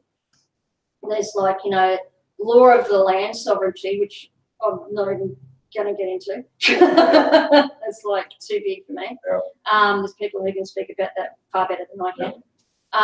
But I've looked at it. I understand that. But I think that if you want that law of the land sovereignty and the other types of sovereignty, you've got to have your own spiritual sovereignty, because it all stems from there. And that's the free thought part. It's like, that's why I say in your if box, I'm not here to convince you or to think a particular way. And I think what a lot of people do, whether it be in the personal development fields or the spiritual fields, big umbrella there, okay, encapsulating everything, we are constantly giving our power away to the person who's up the front. Okay, and that's why I really like to. So when I do a workshop, I sit at the same level as everyone else in the same room. I don't stand up. You know, I mean, why stand when you can sit anyway? Same, sister, same. Stand? What? And you know, if I had a bigger room, I'd have everyone in a circle. So we're all, you know, so the energy is flowing. The round table type thing. The round table. Well, I am named after Sir Kay. And it's like, so it's about having free thought. Everyone's entitled to their own opinion and their own thoughts. And, you know, and I think at some stage we've all been the manipulator, the controller, and if you can't admit that you've been those negative personas, then you're full of bullshit. Sorry, but everyone absolutely nature. I have manipulated people. I have controlled people. I have done this. I have done negative shit. When I was a private investigator, I should have been arrested for some of the stuff that I did. Seriously, but you're not allowed to do those things anymore. So tell me, what is your trick to becoming spiritually sovereign without guilt then? Since all of us that aren't bullshitters can actually say, I used to be an awful person and now I'm a badass. Like, your trick, know what that guilt is. But see, like, I think Jimmy sent me a thing with Alan Watts talking yesterday, and like he said, you know, talking about guilt, like we're you know, we're sort of taught to when we're kids, we don't have this guilt, you know, but we're taught to have guilt, to be shamed, you know, and go and forgive our sins or whatever that we're taught from wherever we grow up and culturally. But we're taught to feel guilty, and this is where, you know, depression comes from, because people are focused on their past. And I always say that depression is related to your past, because You can't be depressed about the future. Really it hasn't happened. Yeah, it's exactly. Personal suppression. Exactly. And so guilt is just this thing we're taught to do to make us like feel bad about who we are, you know, and you can't get through life without making mistakes and fucking up, right? Yeah. So I'll say it, you know. And so if you're going to feel guilty about those things and hold on to it, like you're never going to grow as a person or get past your blockages and the things that are keeping you boxed in this little zone where they can control you and make you like stop you from being your powerful spiritual self or whoever you want to be, like you know, your authentic self. Your authentic self. Yeah, and it's spot on. So spiritual sovereignty. I'll be speaking a little bit about that in like a TED type talk at the conferences, and it's really like a full day length workshop, so I've got to sort of jam that into, I think it's like 23 minutes. I have been known to speak for 3 days. We'll try not to do that today, people.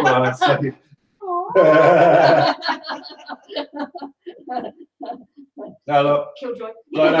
Look, I'll quite happily. We're going to talk for a bit longer. Like, and I know some people don't have the time to sort of watch 2 or 3 hour videos, and of course, you know, like Call pause and come back later. Exactly. So, you know, and I have no problem sitting here with Kay. I might have to duck off to the toilet because my bladder's not as good as it used to be. So, but it is honesty for you. That's all right. Willow and Kay can talk. But she's talking about the conferences, and we will get into that before we end this this interview. And so, did I answer your question? Yeah. Absolutely, because I feel that spiritual sovereignty definitely ties into spiritual surgery and like all of those things that I am still learning that there are words for things that I can do, but I didn't know that's what they were. Like, you know what I mean? Yeah. Like a lot of the things that you talk about, I didn't know they had names. I'm so glad we're getting your name out there, especially over here, because the people there just don't get talked about enough. Let me tell you. Yeah. So it's I don't particularly like labels, and yet I'm wearing a shirt. But you've got to give something terminology so that we understand what we're talking about. So yeah, it's about communicating the understanding, not so much the words and the labeling of things, you know, but it's actually giving you a concept of understanding. And it's like you say when you put things in the if box. I'm not saying this is exactly what it is, but it might give you a concept of understanding so that you can relate. As simple as that. Yeah, it's about relating. Yeah, exactly. You know, come up with your own names for it. Yeah, exactly. Yeah, I'm not the only one out there who's been doing spiritual sovereignty stuff. Heaps of people do it in different ways. Everyone's got their own flavour and take on it. So, you know, what I just do, this is the workshops that I have, I'll be doing more of next year. I'm hoping to do a couple more before Christmas this year. I've been working on these for a couple of decades, and they keep evolving, and I chuck them over there, and I go and do. You got to go live your life, and then you come back and you go, oh, I can do that now. Okay, so it's not about just drumming out the workshops. It's a bit like what Tracy Ash was saying. You know, she's there, she's on the site, she's there 10 times a year. She's not just doing a tour to make money. She's actually there doing the work, and there's a difference. There's a difference between the superficiality of whatever you're doing and having essence and substance as well. So it's about you've got to live that as part of your life as well, as part of your lifestyle. It's stuff that you do on Sunday, you know. So that makes sense. Absolutely. Yeah.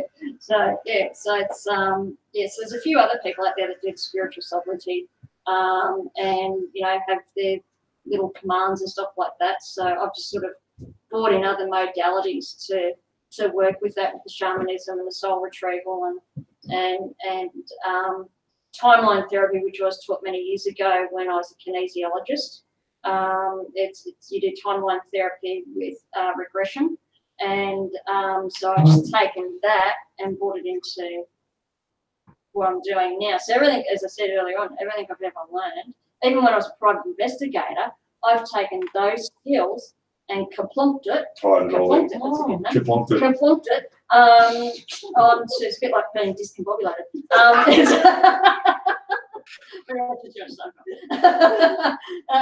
I've kaplumped it onto, everything I do is research and investigation. If you come to me as a patient, I'm investigating your problem, and I go away and I research because I want to know more about it to help you. And then the next person that has it. If it's to do with UFOs, someone saw something, I'm investigating it. Even in my, double degree to do, corporate information management and librarianship and archiving, and to be a curator of a museum one day. That'd be fun. It's all about investigation and research. So everything I do is investigation and research. Yeah. And I forgot where I was going with that. I tend to do that too. Yeah. At least I'm honest. I've got the chance because we've got a sort of a lull, but I'd love to be able to do this regularly as a living. Like Jimmy Church, he's got this down packed, and he has half an hour breaks every ads, so he can nick off to the toilet all the time. But we've been sitting here nearly 2 hours now, so yeah, but we're Australians, we're tougher. Yeah. And now we know why y'all are my tribe. We got bigger kidneys.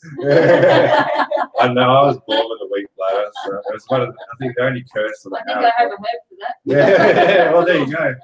So I'd like to actually mention that. You might actually know this. Yes. We've got the Inspired Truth dog down here, fast asleep on the floor, but his skin has been much better. Kay came over last week. We had a good long chat for 7 hours. For 7 hours. And she said to put. Well, we used coconut oil, but we put an amethyst crystal, a larger one, in his water, and crystal infused the water, and so it's actually his skin has just come good. Yeah, absolutely. So do you want to get into some more that sort of stuff? Because you're a naturopath. Yeah. So I mean that little trick. When I had my natural health centre out west of Brisbane. I used to get a lot of ladies who were either did trail riding on their horses, or they were polo horse players. And this one lady, she was one of my best customers for getting crystals in, and she'd actually, sew the crystals into the bridle and the saddle of her horse so that she could link in telepathically to her horse when she was doing endurance riding. And and she just knew this old trick that when, a dog gets mange or some skin condition, you chuck an amethyst crystal in their water so it becomes a gem elixir and it clears up their skin. Yeah. And I went, okay. About how long does it take to clear up their skin? I'm sorry. What did you say, Willow? I was asking about how long it takes to clear up their skin. Well, it's only been a week. Yeah, it was cleared up 3 or 4 days ago, but so we were putting coconut oil and pawpaw cream on it, but we'd already been doing that, and he was licking that off and chewing on it and itching, and he actually got blood coming through under his arm pits, and if we look at it now, it's completely It's cleared not, up. he's a different dog. It's Do all you right. know the next day, and I'm not saying your dog smells, but he astrally projected himself to me. And my cat Leo, when I smelt your dog, Leo went and frizzed up. Wow. So So he you could could smell the see, same smell you yeah. did. And I said, oh, hello. And it was just like, I've got this feeling of his head rubbing alongside my leg Thank you, as if thank to you. say thank you. Yeah, Oh. okay, thank you. So how cool is that? That's awesome. So what were you going to ask? No, I was going to say, would that work for human skin too? Yeah, Like absolutely. eczema or whatever? Yeah, Cool. yeah, Okay. Yeah. In the So, water? Yes, I put an amethyst in your bucket. Yeah. No, but have a bath Yeah. with it. Yeah, so Yeah. chuck the It's crystal not always rose in your water. bath. Yeah. Yeah, absolutely. Yeah, Cool. so with my naturopathy and holistic healing, I use grassroots, traditional nature care type healing and technology. So I have what's called a Vega machine, or they've renamed it as Vega because it's German. And the fellow who developed that was way back in 1931. And if anyone wants to research this, 1931 was a very interesting year. A lot of weird stuff happened. Remote viewing was created. The Vega machine was given to this gentleman by the vegans from Lyra system. Yep. So he was actually having daily contact with ETs. So it's ET It's a technology. like the Rife machine. It's like, it's a biofeedback machine. Biofeedback. Yeah. So Rife. So it's a combination. It's a digital technological biological combination of kinesiology, acupuncture, and homeopathy. There's only a couple of those machines in Australia. Did you tell me that? There's 4, but there's only about 2 of us that are using it. Yeah. Yeah, there's a lady at Coffs Harbour that uses one, and then me, and then there was a lady in Adelaide, I think, using it. But yeah, and the interesting thing too, it was really strange. When I did the training 18 years ago with it, I had to fly down to Melbourne, and the people there, it was like Renee and Marlena, and it's like, okay, yep, right. Then I had to get some spare parts a few years later, because like you don't need spare parts that often for it, maybe just the cords or something. And Renee answered the phone, and I'm thinking it's the same Renee. And I said, oh, okay, we haven't changed. He goes, oh no, you're thinking it's the other Renee. And I went, oh, I said, that's weird, you've got the same name. He says, I'll put you onto my wife Marlena. And I went, that's weird, they've got the same wife name as well. and so I'm going, something paranormal is about to happen here. And I said, My states and the yeah, and I said, I think it's fascinating that you guys have the same name as the previous couple that gave me the training. They said, it's always the Renees and Marlenas that look after the Vega machines. And I went, okay. Dun, dun, dun. So it's and often when I've had male patients in, they seem to have an emotional connection with the machine. Yeah. And this one guy just goes, oh, that's the ET machine. And I go, right, okay. And he knew nothing about me and ETs. Yeah. Yeah. And I said, no. I said, how long have you got? I said, I'll give you half the price. Let's have a chat. You're gonna have to get me on that machine one day. I will. I'll probe you. Yeah. I can't wait. So, and talking about skin products and that, like Willow actually has her own sort of I saw that. interest in that, and she started her own sort of. I have too. Do you want to give the name there, Willow? Absolutely. So my business that I have is called Willow's Bad Skin Experience for many reasons. I make all natural, non-chemical bath and body products and cleaners and things like that, because I feel the less toxins and whatever else you have coming in your body, you're just doing yourself a favor. That's the narrow way of saying that. But Lizzie is still my only feature, and I love you. And for some reason, my bath bomb recipe You just cutting out. isn't working. You just cutting Oh, out. can you hear me now? So to repeat that. I'm sorry. Absolutely.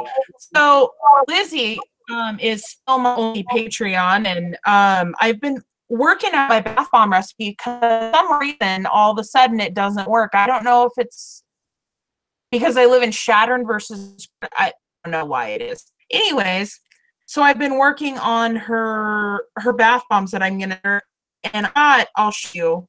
I discovered I can make geodes with them, and I thought that was awfully cool considering it was Lizzie. And I also make many other things, even charcoal toothpaste, like that is fantastic. But I do it solely because I feel that's my soul mission. Like everything else is just like a topping on the cake, but my soul mission is helping people with like this. So any person I can learn from that has a background like you is super awesome, because there's things I know I don't know. So that's kind of it. Yeah, well, when we first sort of started talking way back in February, March, like what some of the videos you were doing, you were basically sort of talking, but you're also making stuff at the time, making different recipes and stuff that you had like come up with, or ideas that you had, or stuff. So you're doing alchemy. yeah, yeah, you're doing alchemy. I would say I have a serious fascination with alchemy and how beautiful it can be when you put love behind it and do it for the love of doing it for yourself. That's how it actually all started. That's how I started that business. I have skin conditions. I was on 30 medications 5 years ago, and now I'm on one.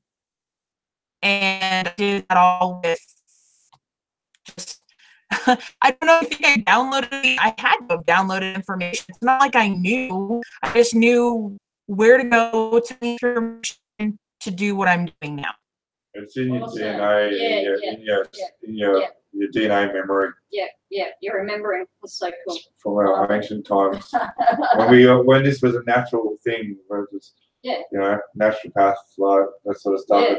It was actually the way, I believe, the medicine doctor was, someone that knew all the herbal remedies and the natural ways of doing things. Of course, now the big pharma and the way the world is, like, they've gone on a more of a chemical side of things rather than actually a natural thing. But and there are some holistic doctors out there. I've worked with them, and they are open to things like that. So, which is good. It's good to see.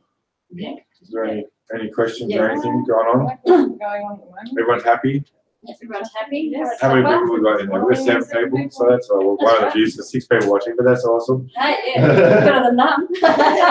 All right, so we've nearly been going for 2 hours. Now, so let's sort of touch, because we've talked about Tracy Ash, and I'm going to have Tracy Ash on next week. She's going to be doing live from Egypt. It'll be like 2 o'clock in the morning for her, but she's keen as to come on. She doesn't sleep. No, and her and I have connected quite strongly in this last week because of that, and I'm really looking forward to that. Just listening to her yesterday after she'd been in the King's Chambers in the pyramid, and that I watched that. You watched it? Yeah, I spread it all over the place. She's had like I know. But that's what I do. I like to network people. If someone resonates with me, I shout them from the rooftops. And now, like, I haven't really touched too much on Kay's naturopath stuff, because in about a month, I still have to tee up the event, the interview. We're going to have Catherine Hand on, who is a cancer, how would you say, survivor? Would you say breast cancer survivor? And I think did you help her? I was one of the first people that she contacted in relation to it, and myself and many other people, her friends as well. We all helped her. Really, it wasn't just myself. And she helped herself. Yeah, of course. Yeah, so we'll have her on to talk about her experience. But I'm going to have Kay on as a guest host for that, so that Kay can ask the questions that Willow and I won't think to ask. And so going into that, Catherine and her partner Mick run 3 conferences at the moment now. They do have more, but so it comes under the banner of consciousness events. And actually on my website, I've got the main link and the other links you can get from there. But I'm wearing the t-shirt. Lovely t-shirt from this year in January. Yep. And we'll be Lizzie and I are attending next year's one in January 2019. So Tracy's going to be speaking of that as well, and so is Kay. So there's a whole list, so you can go look that up. I've actually got a bit of a form here. I wrote up a little bit of a blurb here. Yes. Yeah. My thing was to work. So, but if anyone's thinking about going or can't make it in January, that's all right, because there'll be a 2020, and we all sort of have this feeling, those of us that I think are in touch with this, that there's something big going to happen 2020. So we're trying to talk Holly Marie into coming that year too, and she's actually going to be on the show the following week after Tracy. So, it's Yep. So I'll read out the dates. So the Cosmic Consciousness Conference, which is at Catatuka, Uluru, it'll be held at the Voyages Ayers Rock Resort. Is the main event is from the 12th to the 14th of January 2019, but the Wednesday before that, on the 9th of January, to the morning of the 10th, and it is already booked out. It booked out. We didn't get in on this. There's we've got the Cave Hill Star Camp.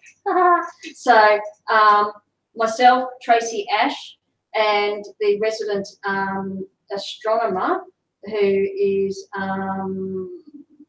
Gary. Hang on. Gary Nichols. No, Gary. Gary. Oh, Gary Telford. Sorry, Gary. He's the Voyages astronomer, and I'll just read what Catherine sent me this morning. I said, "Can I, plug the conference?" She said, "Absolutely, please. You can mention the phenomenal contact we've had there as well, which I will do in a minute." Gary Telford, the Voyages astronomer, said, "Normally they are lucky to see one craft a night." That's like great. Yeah, we love one night. He confirmed 11. He saw 11 of them one night over Uluru. Yeah. And she said he's not your average astronomer, because most astronomers will not believe in ET. No. So that's pretty phenomenal. They're not looking for the experience. No, they're no. experiencing. That's right. So he's actually experiencing it. So so we'll be doing that. So then on you can go onto that website, which is www.cosmicconsciousness.com.au. I've got all the links on my website too, and you probably got it on. Yeah, well, I've put all Yeah. Kay's links on the. So on my website, there's a tab that says links, so you can go into there and it'll be under conferences. So the when I'm talking there, I'll just talk about me for a minute. That's why you're here. As Kelly said, she says, self-promotion is good, Kay. Good, Kay. So Saturday the 12th of January, between 8 p.m. and 9:30 p.m., Tracy, Ash and I will be doing a skywatch at Uluru. I don't know if you know that yet, Tracy, but I think you do. Then Monday the 14th of January, which is the day of the conference, from 2:15 p.m. till 3 o'clock, I'll be doing my quickie talk on experiential sacred earth practices and reconnection with cosmic families. So I'll be sharing briefly my 2 decades of real-time research and my expeditions, as well as our sacredness via sacred earth practices, and also together with higher dimensional consciousness, can guarantee us in a reconnection with our ET cosmic families. And so we haven't really touched too much on CE5, but it's a part of a lot of what we've been talking about anyway, with your experiences and stuff like that. Yeah. So you're actually going to be teaching your version? Yeah, not there. At Coffs Harbour, I'll get on to that. Yeah. So then 8 o'clock that same Monday night till 9:30, we're having the grand skywatch. Tracy will be helping me with that, when you guys will be as well. Anyway, if you want to go to the Cosmic Consciousness website, if you book under my name, Kay, you get a discount. Okay. I mean, it's also with the other speakers, but yeah, well, that's how we got our discount. So the Close Encounters Conference, which is, and the Afterlife Explorers Conference, and I hope I get this right, Catherine, and Mick, you'll correct me if I don't, has now combined, so it becomes, they can do a more broader spectrum of topics as well. And that's now called Illuminate Aspects of Consciousness Symposium. So, it goes into more transcendent, quantum and universal topics. And that's on, they're still getting the website, it's almost, it is up and running, but there's a few little tweaks going on. So they're changing the name a bit, but it's already been, so just to elaborate on what Kay's saying is we're going to be at Uluru from the 12th to the 14th, and then basically between the 13th, 14th, so 15th, 16th, everyone will be travelling across Australia to Coffs Harbour, which is on the coast. Yeah, so there's going to be a whole bunch of weirdos flying everywhere. Or driving. Awesome. It's like, where's that damn portal when you need it? Teleport. Yeah, that'd be great. Yeah, same effort. So that's www.illuminateaustralia.com. And so on the 19th of January in the afternoon, 1:55 to 2:20, it's like we're doing like little TEDx talks. That's when I'll be doing spiritual sovereignty, reclaiming your authentic self. This is a short version of it. So I'll be touching on taboo topics, shamanic soul retrieval, personal timelines, well-beings, and I'll be doing some little exercises on how to get to your shamanic psychic space to meet your shamanic teacher, which could very well be extraterrestrial as well. Then 7:30 that night, I'm doing an introduction to Close Encounters of the Fifth Kind of how to do a sky watch, and which I call ET contact and cosmic awareness.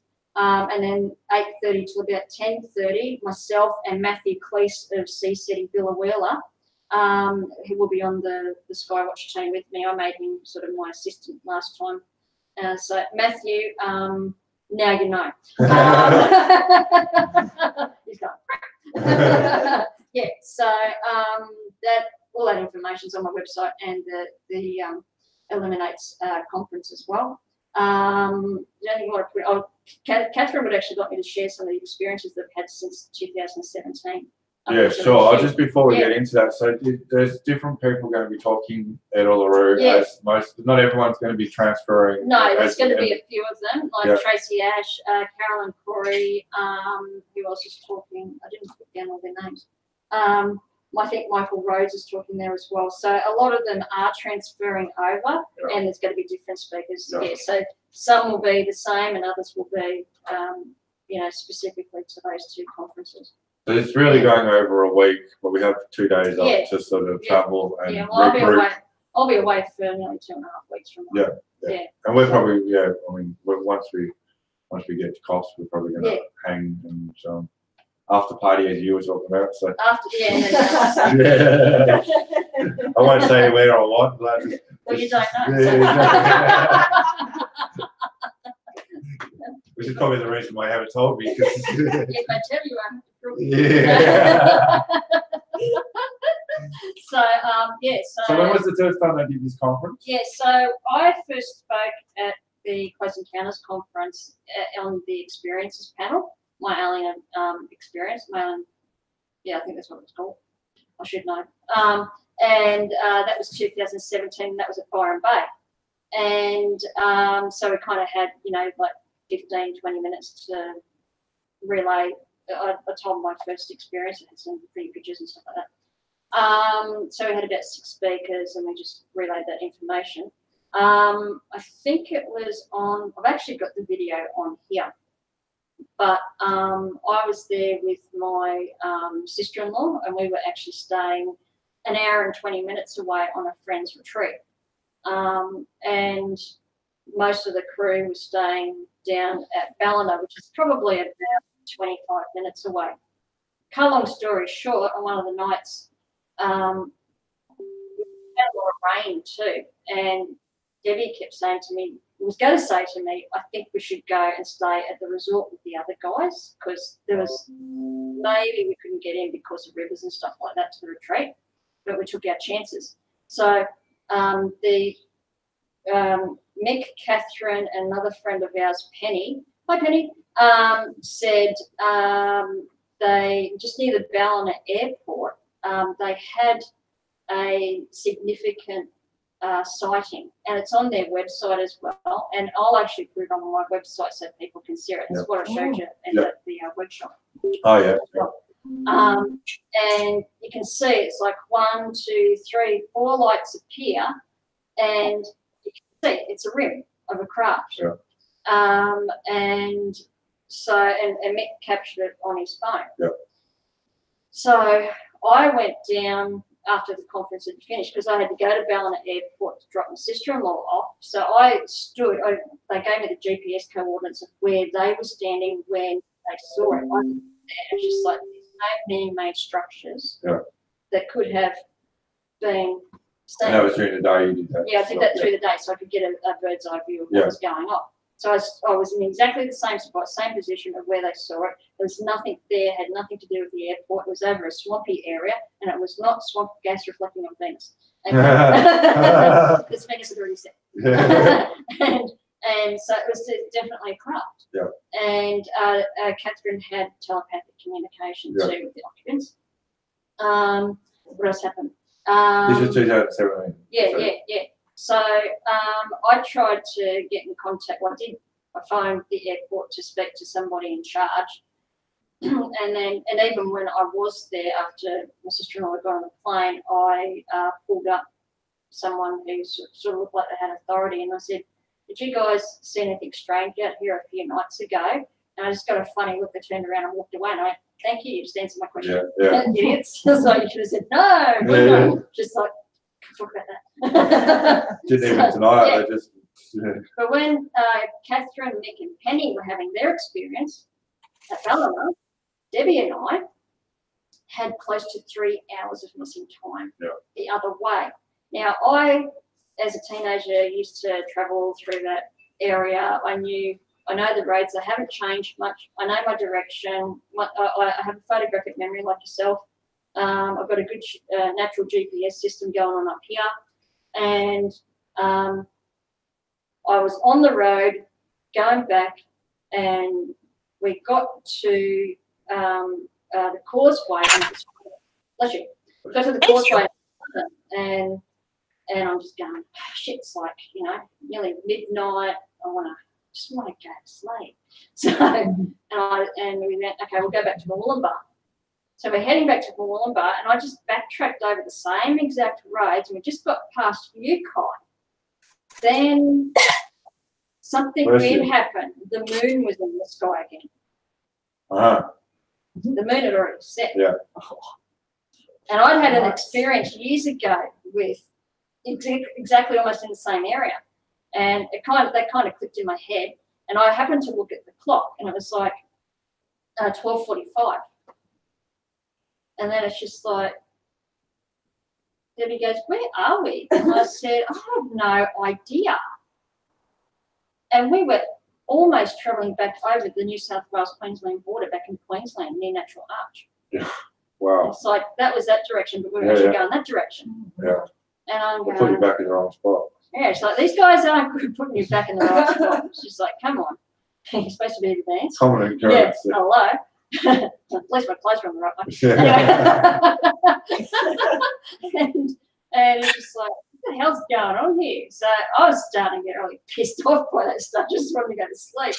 And so we got to the very nice mountain hotel, opened up for us, and we stayed there. And so I didn't have a change of clothes. We went to the conference the next day, and Catherine goes, "What is that? This amazing morning." I was going, "Yeah, well, we kind of did too." So that was 2017. Then this year, 2018, which already seems like last year. Yeah. I'll send some photos from this one. I think Mick took. Yeah, he's got it on as his Facebook.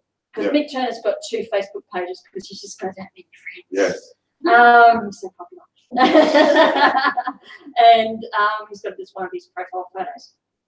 And actually, I've noticed Tracy Ash, I just recently did a huge report for Tracy on her Mount Shasta contact experience, which she's traveling around with now. Okay, so prior to Mick getting these photographs, we had the Skywatch at Coffs Harbour. Now, this is at a resort in the middle of suburbia at the beach, okay? And you've got this lovely little, when you're at the resort, you look out, so you've got the ocean out there, sort of a rocky beach, a couple of little hills coming down, and then this big, it looks like a really nice area for a landing pad. Just a nice circular grassy spot. And that's where we had the Skywatch after the contact workshop I did. We had something like between 75 and 85 people at the Skywatch. Oh, wow. It was just like, where did all these people come? And even the moguls were coming down, and with their beer as well. There's a few drunk people there, unfortunately.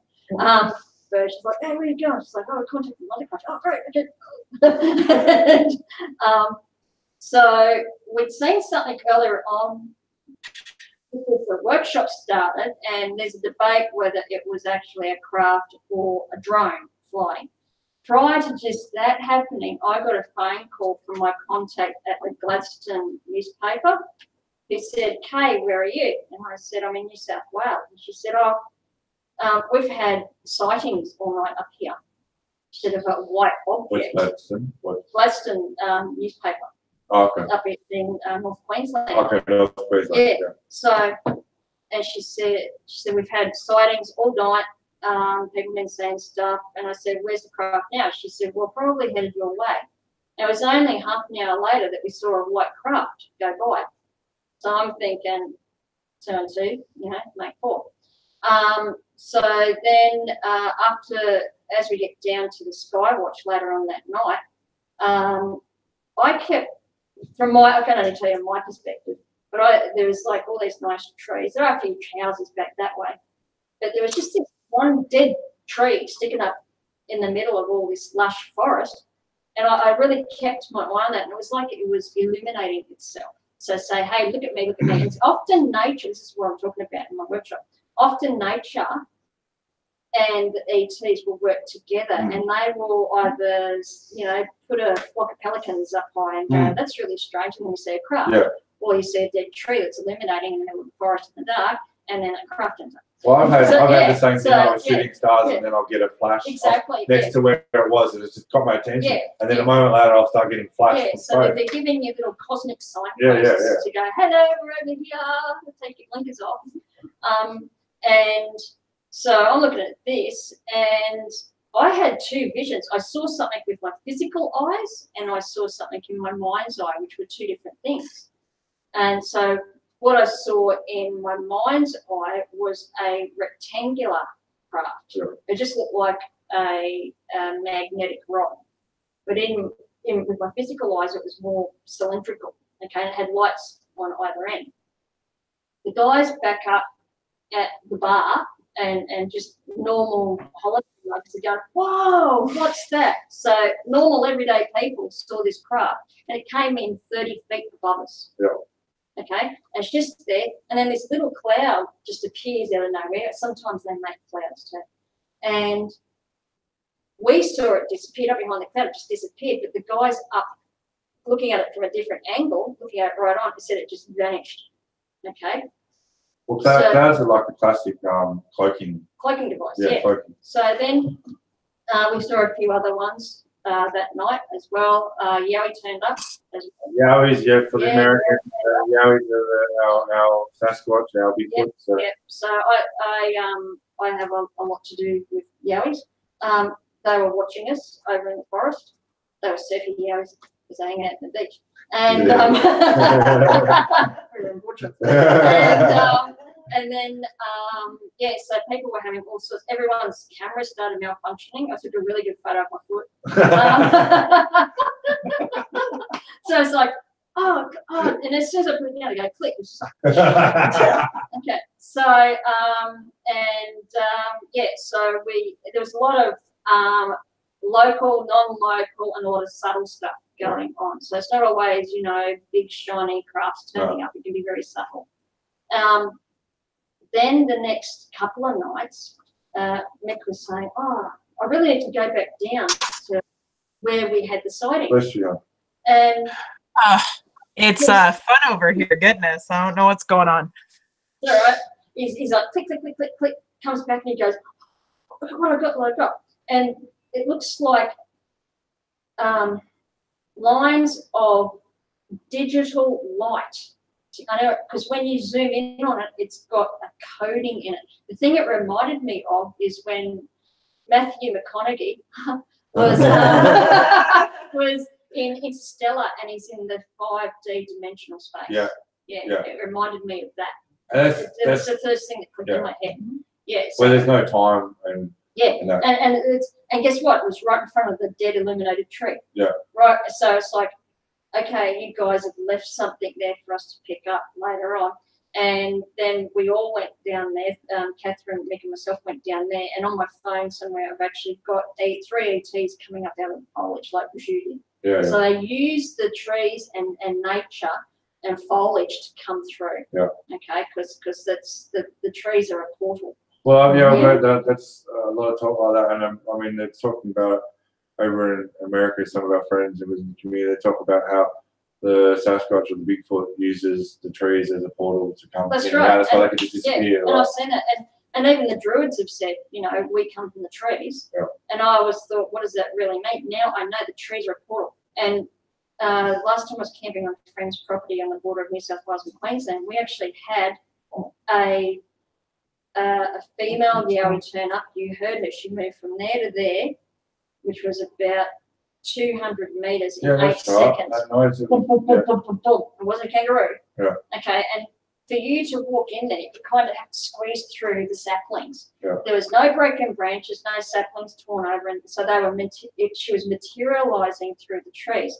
Then we found footprints, and she had been watching us. You can tell the footprints were faced towards us. She's like, "Boop." Okay, and but right where the footprints disappeared, there was 2 trees standing there. And quite often, some people, yowie researchers have said, when you hear this squelch, there's a certain sound that they make, that's actually activating the portal they go through. That's a sound activation. Yeah. So, and the reason they can't find any significant evidence to say that they're different from humans is because they're not. Yeah. They're very, very, very close to us. If not, they are human. They're just a different form. Yeah. Yeah. Yeah. Yeah. So that's another story for another day. Yeah, that's right. But there's so much that we could cover today, and so going back to the conferences and that and the experiences that you have had. Yeah. So like obviously when we have Catherine on, we'll plug the conference a bit more. Yeah, sure. I mean, I don't know how many spots there are left, like how many people they're going to have, but there's obviously still tickets for the conference. Yeah, there are still tickets, except for Cave Hill. Yeah, except for Cave. We're missing out on Cave Hill because we got in a bit late, and we had to sort of go too. But so we're flying into Uluru, or into and we're actually flying into Uluru, not Alice Springs, and then we're going to fly back up here on the 16th, and then drive down to Coffs Harbour, so about 5.5 hours drive. So we'll be down there, and and so I mean, I for one am looking forward to it because it'll be 3 of the 4 conferences we have planned for next year, because we're going to Awakening in July in the UK. So big shout out to the crew that are going to be there with us, Joy and Kelly and Sarah, Mika and Jimmy, and I mean, we don't need to talk too much more about the conference, I think, and I think we've been going for over throughout now, so and I think you and I could probably go for another 5 or 6 easily without even stopping. So is there anything else? Is there any questions from is there any comments? John just left, so he's gone. Everyone's going to sleep. But yeah, and Joanne just said she stepped outside and they are here, just acknowledging. Oh, lovely. Thank you, Thank Jo. you. Now, She's a magnet. Joanne is a magnet. She sees things daily, and I love the stuff that she shares, and I thank you for that, Joanne. Yeah. And we're going to come down to Melbourne. Like in the next, we might even come down this week. We're sort of thinking about going and doing a skywatch with Peter Maxwell Stuttery, and just which is on Friday. We're still humming and ahhing about what we're going to do there, if we're going to do that. But we'll definitely be down in Melbourne in the next couple of months, and we'll catch up, and we'll do, if you want to do a skywatch show, that would be awesome. And in February, March, whenever that's going to be, we're going to be traveling in our bus, Lizzie and I. So we're going to be traveling around and finding people to do skywatches and stuff with as we travel. And we'll probably head back into Central Australia and go all around. But, so we'll see what the experiences happen in January. The world is your oyster. Yeah, exactly. So, Exciting. So Willow, is there anything else that you would want to ask Kay or just talk about in general? Well, yes, but I don't think our viewers killed on that one, so she'll have to message me on Messenger, or I'll have to message her probably. But there's no questions per se that really come to mind.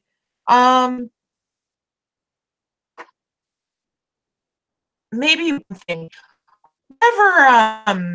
do you know whatever came of the guy that had that one other experience with the rectangle burn? Oh, okay. Yeah. He kind of became quite reclusive after that. So yeah, and then I went back a few weeks later and he already moved. So yeah. So he was like, Goodness, that was really traumatizing for him. Yeah, it didn't affect me like that because of, well, it's not the first time, probably won't be the last time. No. Yeah. Not really fazed by it. But I find it super interesting. Yeah. But Willow, you've had other things, like we've talked about this when you've had downloads and stuff, and you've woken up. I think what was you had the goo in your hair, like you're telling me about you having to wash. Oh, that was when I talked to Tracy and Erik for the first time. Yeah. No,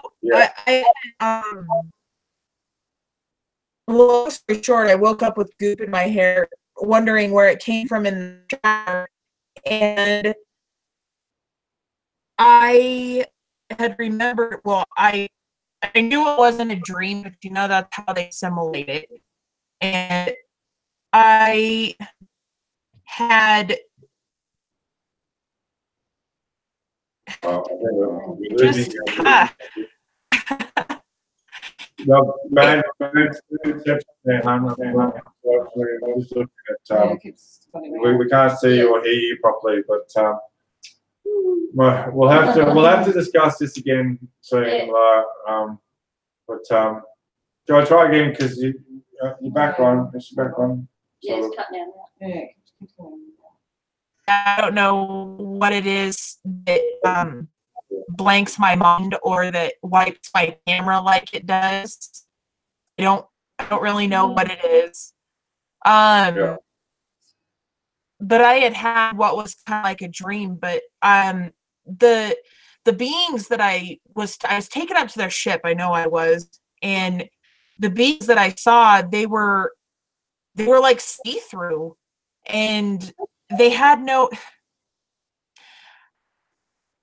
you know, the little like Pillsbury Dough guy. It was like that, except for invisible and way taller. So they're transparent. And so Kay mentioned that before. Yeah. When she was a child. The elders. Yeah. The elders. So right, and I really resonated it with that when she talked about it. Yeah. Yeah. Yeah. Cool. Yeah. So they might have been the same dudes. So yeah, I mean, I think I mean, I don't think I could be hypnotized either, like what Kay said. And I've had my experiences. I mean, about 2.5 years, 3.5 years ago, 3 years ago, I mean, I've never lost time. Like I've had about 3 times in my whole life where I've forgotten something and couldn't remember what had happened. And it wasn't that I'd lost time. It was just blanked from my memory. Like, so I hadn't lost time. There was just where there was no memory of things that other people had related to me. And and then there was not long after I got out of jail, I had an experience where I lost 2 hours of time, and like I blacked out the whole time. But it's like I must have been fighting it the whole time. So I don't think I went anywhere because I had evidence of stuff where I'd been doing things in my pockets and carrying things around that I'd emptied out of jars and that. So I obviously hadn't left in that time where I was blacked out.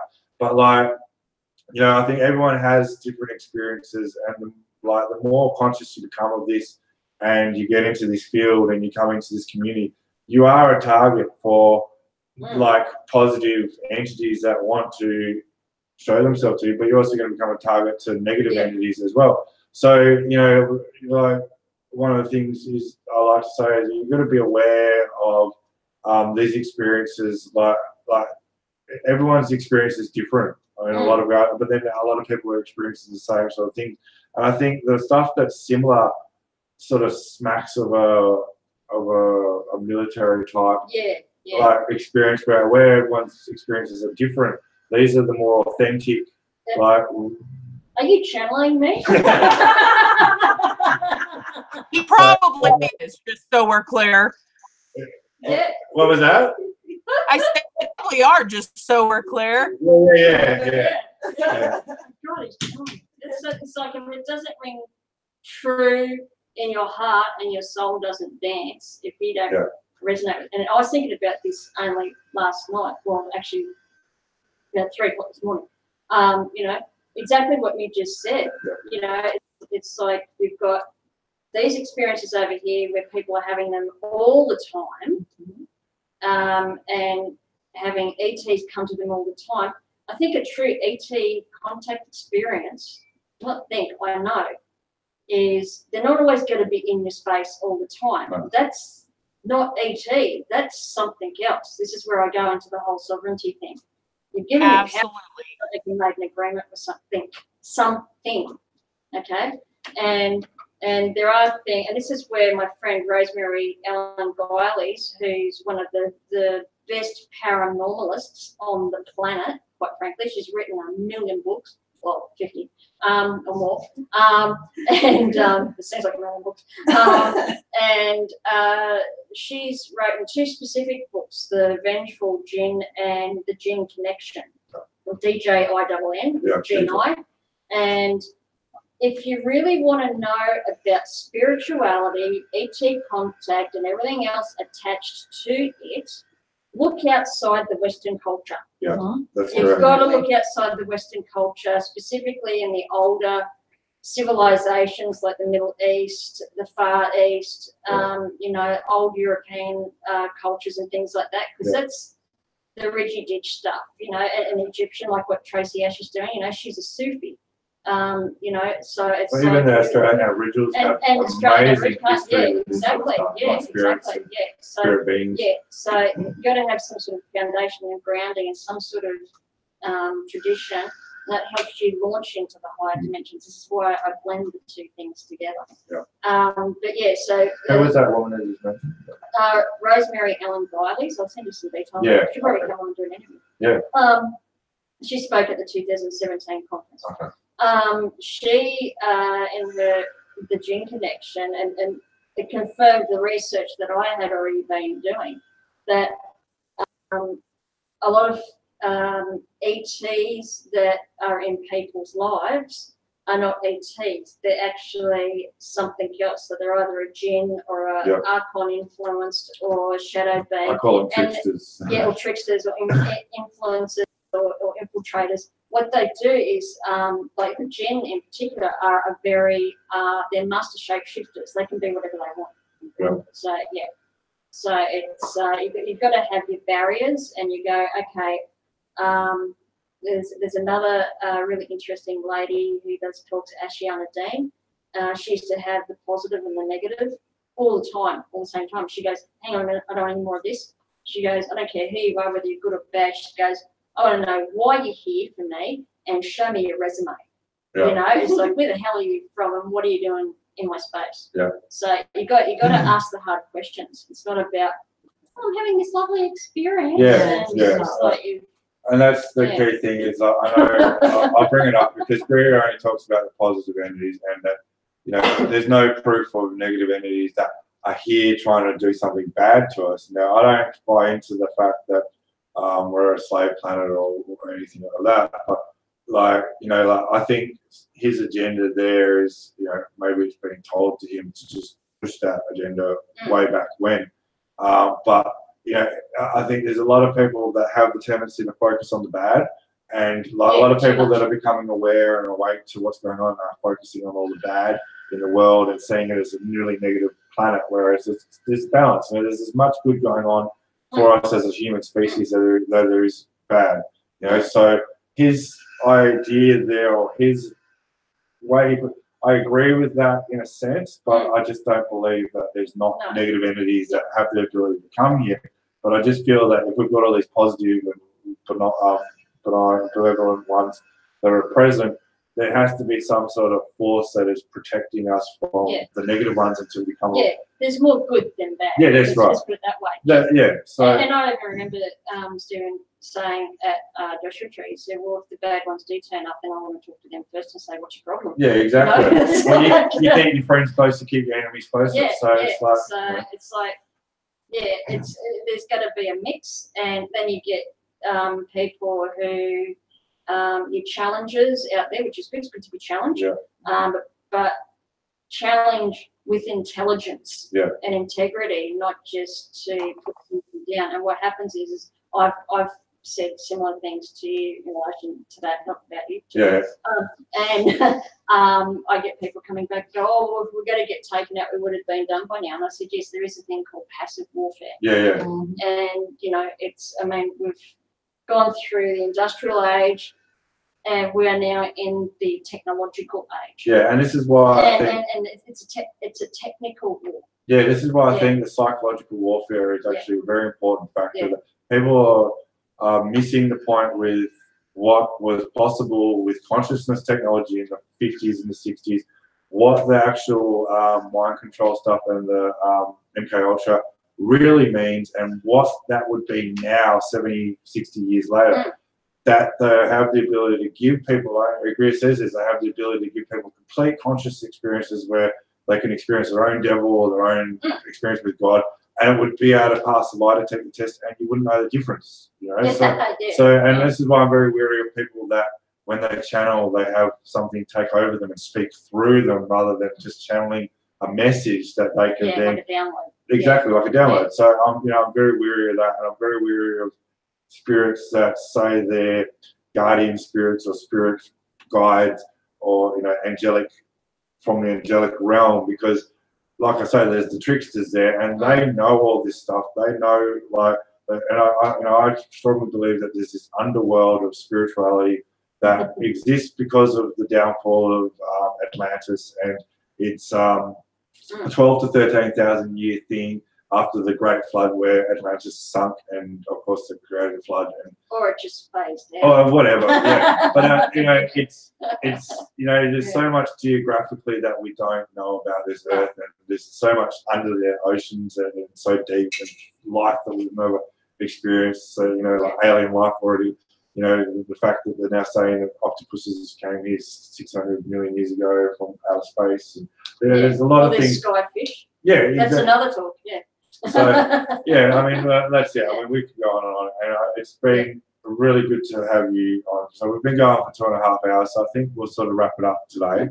And of course, I just gotta leave some for another time. Yeah, that's right. Keep people coming back. So so just so people know, with Kay's websites, they're all in the description. There's 4 websites there and her emails. The main one is cdrg-australia.com, and I've got links to go to the other ones there. The other 3 are under construction. So I've revamped them all. So they're all in the description, and of course I've added in the description all of Erik's links and website and stuff, blog and Patreon accounts, so that if people are interested in Erik's work, I haven't done too much of a plug. We had some of Erik's music. I'll get it all sorted at the beginning so that we can play that at the beginning of our show. We should probably phase out with it, but and also I did give a shout out to PMG Goods, because these guys are friends of mine. Erik and Pete are friends through the community, and as associates, I will plug their stuff every show. So I've put their links in there at the bottom there too, if people are interested. They want to buy some clothing, or they would like some of Erik's art. And of course, I didn't speak about it. There's it's called the Psychoterrestrial Theory. Are You the Trickster? Okay, so that's Erik's book that he wrote. It was a series of blogs that he put together when he was working for UFO magazine in early 2000. I think he eventually put this together in 2012. And so what I'm actually going to do, is because I wanted to give something of Erik's to help him out to each guest, is I'm going to get one of these books sent to every guest that comes on. So, but I have only got halfway through it, but it's a really interesting theory about the psychoterrestrial, that a lot of this phenomenon that we experience, paranormal UFO, is actually earthbound, the earth. And so it's great for people to open their minds to this fact. And I know Kay's going to love reading it, because she's already talked about some of this stuff. My brother actually said that. Yeah, and it's not that there's not, because Erik's an experiencer, he's had some bad experiences. He's trying to understand. He wants to know the truth. We all want to know the truth, but he's very passionate about it because he wants answers, you know, for what's happened to him. He wants people to be held accountable. If there's people that are involved, if it's extraterrestrials, he wants to know. And so, you know, and I think a lot of his experiences, in my opinion, are psychoterrestrial ones because they're probably paramilitary or and alike, or even spiritual entities that are negative. So, and they're earthbound, not extraterrestrial like entities. So, yeah. So that's my little plug for Erik and everyone else. So that's where the gin come in. Yes. Yeah. So thank you, Kay. That's for right. joining Thank us you today. for having me on, guys. Yeah, and It was fun. we'll call it a wrap. So we're not I gonna. hope it all made sense. Yeah. So I mean, like I said, you can contact Kay on an email. If I've not put her phone number in there, even though it was. Oh, it's on the webpage. Yeah, it's on the webpage. So if you're going to take the time to actually track it down, you have to go and find her phone number. But you can email her any questions. I'm sure she'll be happy to take time. Yeah, email's the best way because then I can have a bit more time and you've always got that there. It's harder to look through Messenger and stuff. Yeah. All right. Yeah, cool. Thanks, So Willow. that's a wrap. Do you want to? Thank you. Video? Yeah, and message me or email me with more questions if you want. I will actually. I appreciate that. Yep. That's cool. Or we could do a hangout thing. I've got to practice on that. Sounds like a deal. We'll just kick into some of Erik's music as we can out there. Cool. The whales in the background. So. We got given this music by Erik, so I'm going to play it every time. So. And next time, hopefully we're going to have a package of all of Erik's art. So I'm going to deck it out for the next time because I won't be having the guest in house. It'll be with Tracy Ash. I'll be able to deck. I'll probably turn this around and just fill this room with Erik's art, so people can the stuff that they can buy on Patreon will be on display. So. Yeah, it's very cool. All right. Well, thank you, everyone. Thank you. Yes, and thank you, Willow. Good night, all. And I hope we haven't talked everyone to sleep. No. If we can still watch it later, it's fine. We can't kick Kay out of the room, so you're going to have to end it. So. We can. Fair enough. I'll talk to you guys later. All right.